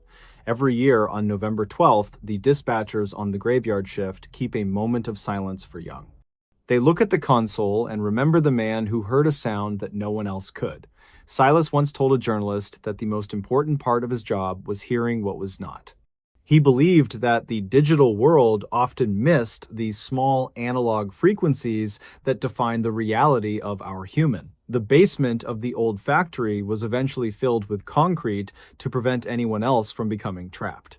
But some people say that if you walk past the site at 3 in the morning, you can. They claim a faint melodic chime can still be heard drifting through the rustling leaves of the overgrown. Silas never went back to the site himself, but he kept a photo of Arlo on his desk. It served as a reminder that every call had a soul behind it, regardless of what the screen. The legacy of the sharp-eared dispatcher lives on in every person who chooses to listen to the world. The world is a loud place, but the truth often resides in the tiny spaces between the loud. Silas Thorne finished his story and closed his eyes while the wind carried the secrets of the sea.